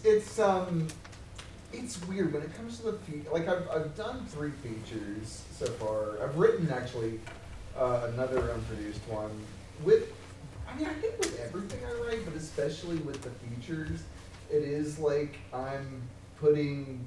I guess this is any writing, but I'm definitely putting like my experiences like in a blender with with other people's and with just I don't know. It's yes, there's autobiographical stuff. This in particular. A few of you I think know Abby. Abby Miscowlick. She's who's set to play the lead in this. I acted in a play with her back in 2016, and so I've wanted to work with her on like a bigger project. So John Campbell and I did a show with her at West Virginia State. Yeah, I saw that. Yeah, it was great. Yeah. So part of this came from like kind of that's the thing is like putting me and what I know of Abby into a blender, you know, and so yeah, I was like wanting to work on something like with our experiences, and then particularly like with this idea that has been like percolating since 2016, like trying to do something together. And then as a filmmaker, like there are moments that are very autobiographical from where I worked at like a day shelter and quit that job when at 29 because I was like, it's always been in the back of my head like, oh, am I gonna make independent movies here, or am I gonna like try to go to LA and work on being a filmmaker? So, and I did try to do that. That did not work out. There were a lot of things that happened in my own story that I put in the script at one point that like, it was just there was this whole, I was gonna work for the post office as a mailman. My name's David Smith, a very unique name. My name got like dinged on like a background check. It got mixed up with this guy who was like in his 70s who I guess had shut up the post office. Well, it was like a controlled substance charge or whatever, but like through this clerical error, my point is that was in the script at one point. And I was like, this is like too many subplots here. So yeah, that's a long meandering answer to a lot of there's a lot of autobiographical stuff, but then it sort of gets mixed up in trying to like add other people's experiences and just trying to make a hopefully engaging narrative. I'm gonna follow that up. How many of those characters do you know? Like when you think this is that person, how many do you have? Well, that's the thing, because like I think that's it, because like when I'm writing scripts, I usually am thinking about like performers who, and it's the performers I'm thinking that I'm like envisioning their voice. They might not be who I end up casting in the actual thing, but yeah. So, I guess the majority of them, at least in terms of like voice. Well, the landlord character, that's like. It's a cartoony exaggeration of it, but that's an old landlord that I have. Who would kind of talk like that. So.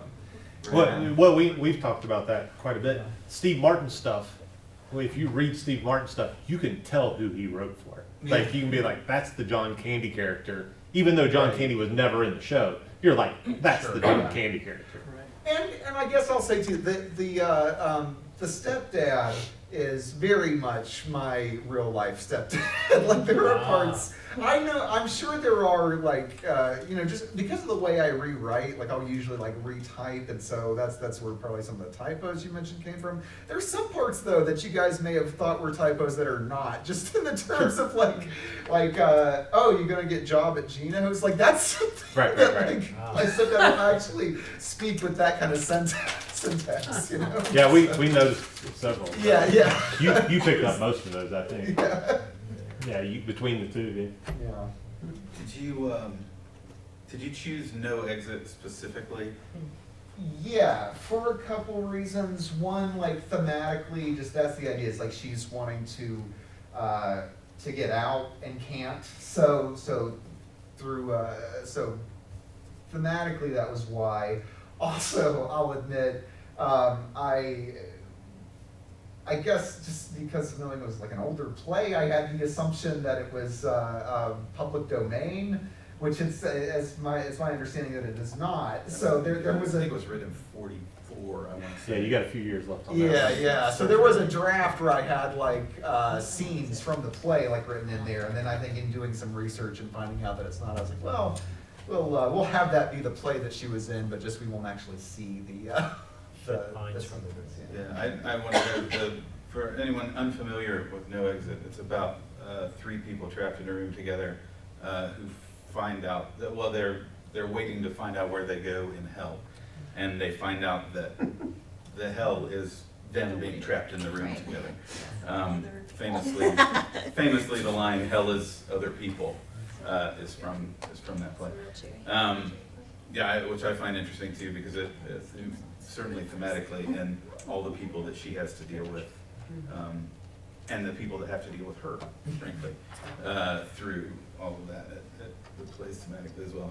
I presumed that it was an active choice. I just wanted to hear you say it. Anybody else? Well, I would put Todd on the spot. How many times do you read a script typically before you even start making an opinion? Because anytime I ask his opinion, he's like, I got to read it. How many times do you typically read? 2, 3, 4? At least.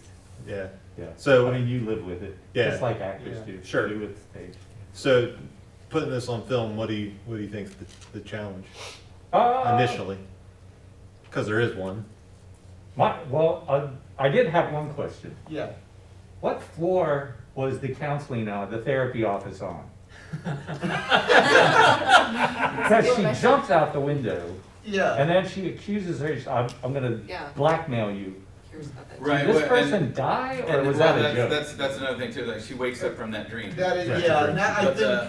I think a lot of the other ones, like the other dream sequences, probably I think that smash cuts. Yeah, exactly. See, I didn't when that was when we read through it the first time, I didn't realize it was a dream because I missed the stage direction, and this time I heard the stage direction. I literally thought this person died, and they really didn't. Well, that one was that stage direction's a real quick one. That one's jerked awake. That's all about. Okay.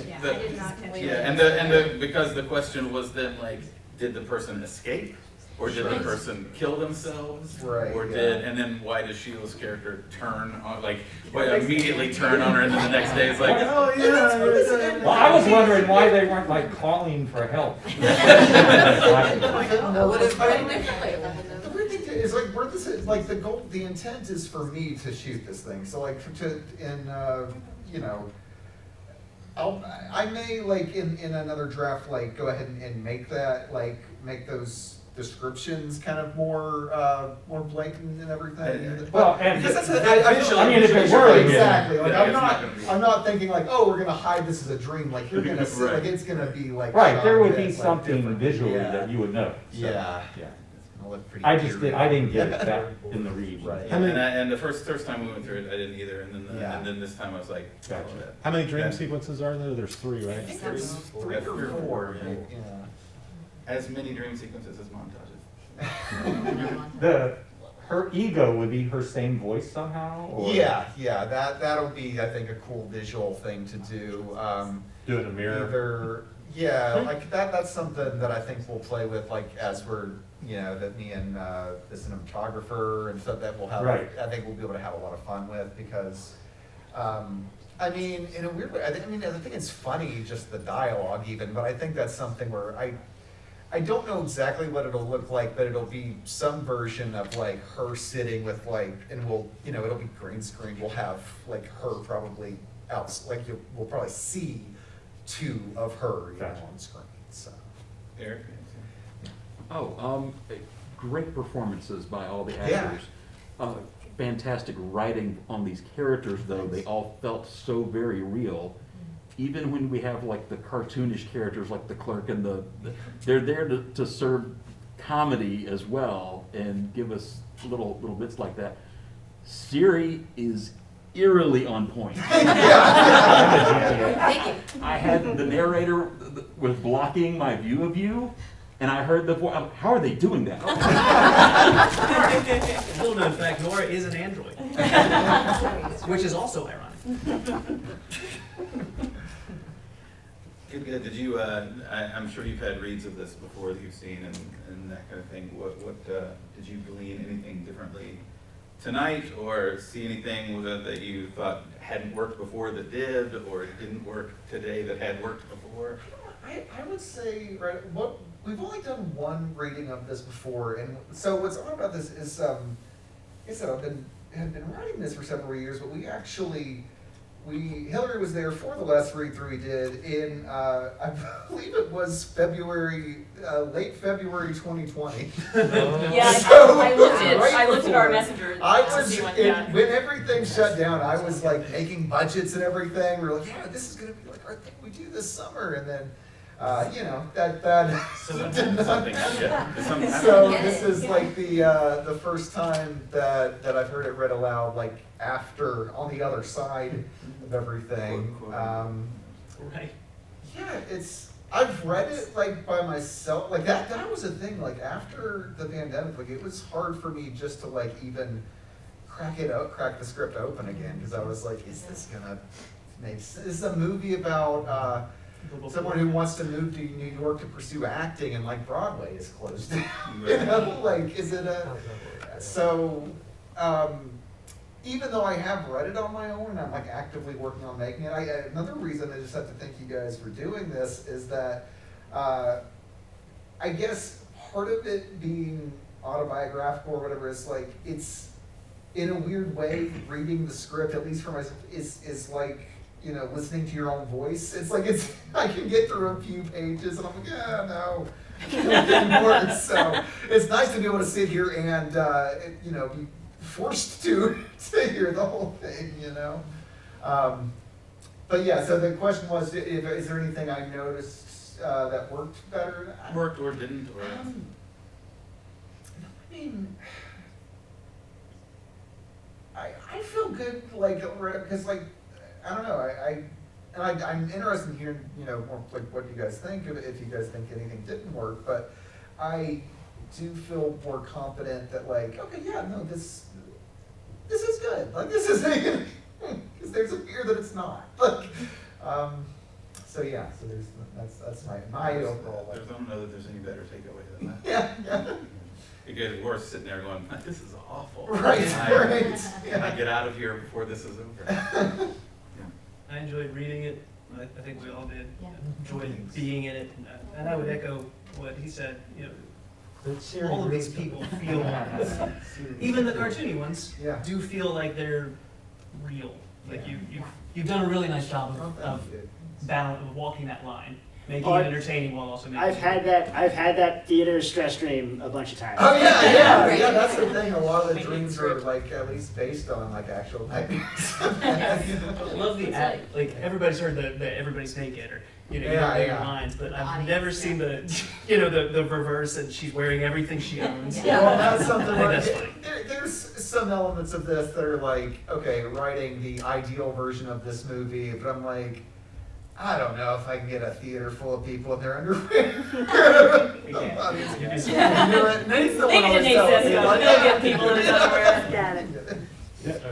And for me, if there were anything, for me, the one thing that probably doesn't come through as well in a read because it's film as opposed to stage. In stage, we usually have to flesh out the main character's growth or difference between, and I think you're doing it in the montage, so that's why I didn't offer it right. Because I think a lot of her growth happens in the montage, and we don't physically get to see it. Right. Because on just a straight read, Yeah. she doesn't seem too different from the same girl that moved back to Oak Hill.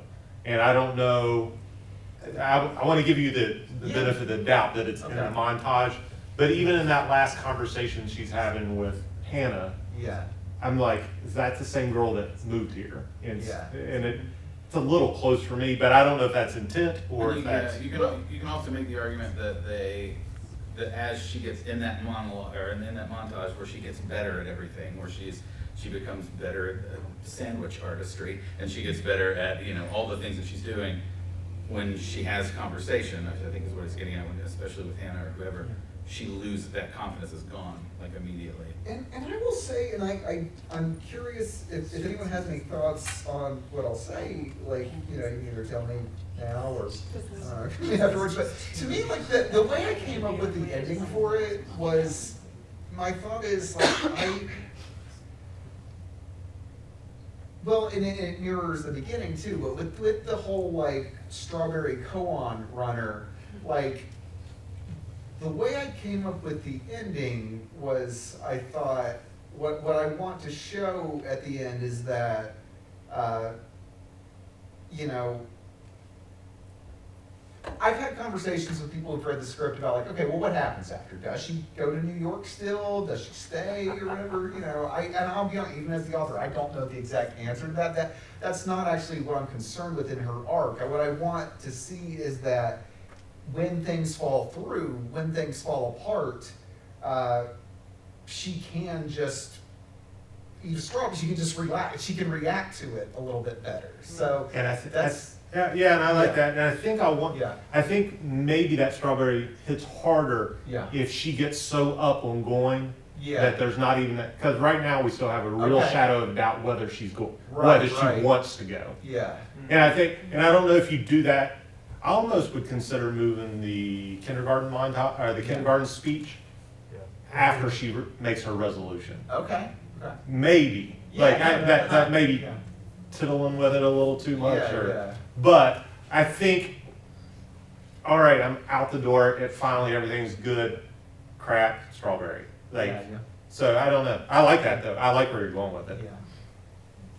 It'll be different when you get somebody in front of a camera too. And I think that puts the button on the different girl that you were looking at. Yeah, and I don't know if it's necessary, but that's what after having read it a few times, that's because all the comedy bits fit for me, like every one of them. I think the audience anticipation of what is going to happen is what you have to deal with at that point, because they're going, an audience is going to expect something. They're not going to get it, I don't think, because you're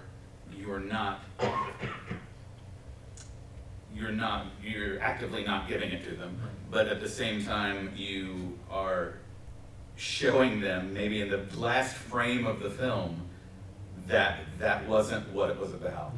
You know what I mean?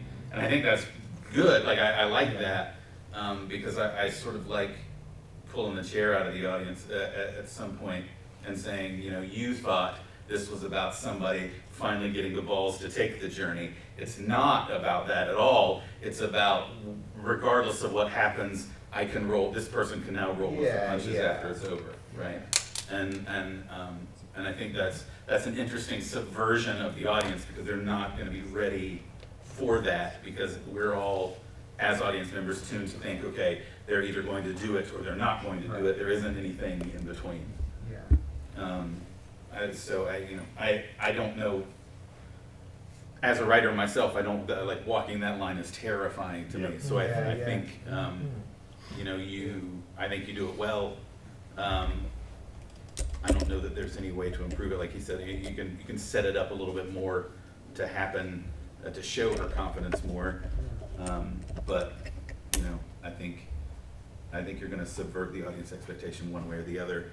And I don't know that anybody's going to see that coming, and I think that's probably a positive thing, frankly. I am not a writer, but for my money, I think you could submit that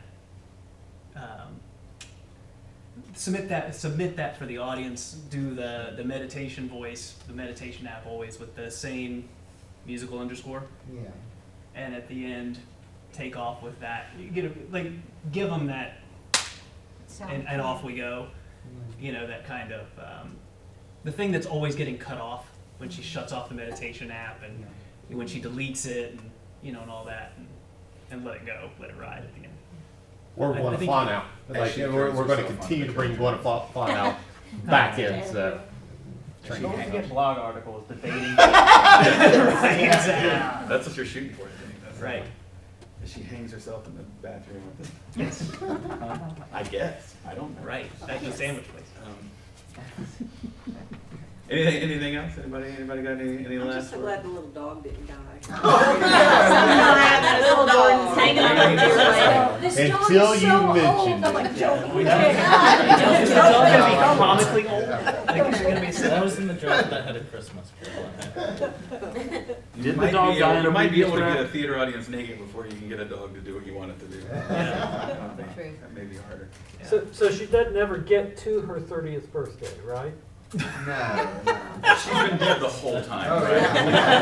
At one point it says she's 6 months out from it, and things move sooner than that. She has the dream that she's at the 30th birthday, but it's a dream only. We don't get. I did, I think, figure that out, because the assumption, the time jump montage, like, I don't know if they say that, my assumption was like about that the rehearsal period for that play would have been about 3 months. That they would have done like 3 months out, so Depending on the company. Or 6 weeks. Yes. What? Please don't go up in a month and a half? What? In the montage, you have, 5 seconds of a birthday party. And we actually see the 30th birthday happen. Okay. Yeah. Well, never mind. I guess we could see If we don't get there. But maybe you don't get there, because that's still part of what's hanging over her. Yeah. I don't know. You can play with that. Yeah. God, I miss 30. Yeah. Running again. I'm turning 29. I'm like, oh god. For tough life. I was like, oh, thanks, guys. For everybody that's still around, we're going to be back here tomorrow. We're going to do a 5:30 workshop for anybody that's interested in playwriting. We'll give you some If faces. any of you writers would like to come at 5:30 and talk about your process, talk about writing, we would love to have you at 5:30 tomorrow. Even if it's just us sitting around shooting the shit talking about writing, that would be great. If you are a writer, want to be a writer, anything, come and hang out at 5:30 tomorrow. We'll just talk, and then we'll have more of this start at 7 tomorrow with a bunch of different plays, including a bunch of high school stuff for the first hour or so, and then some other things. Some interesting stuff, that high school stuff. Murder. So 7 another round for David, everybody.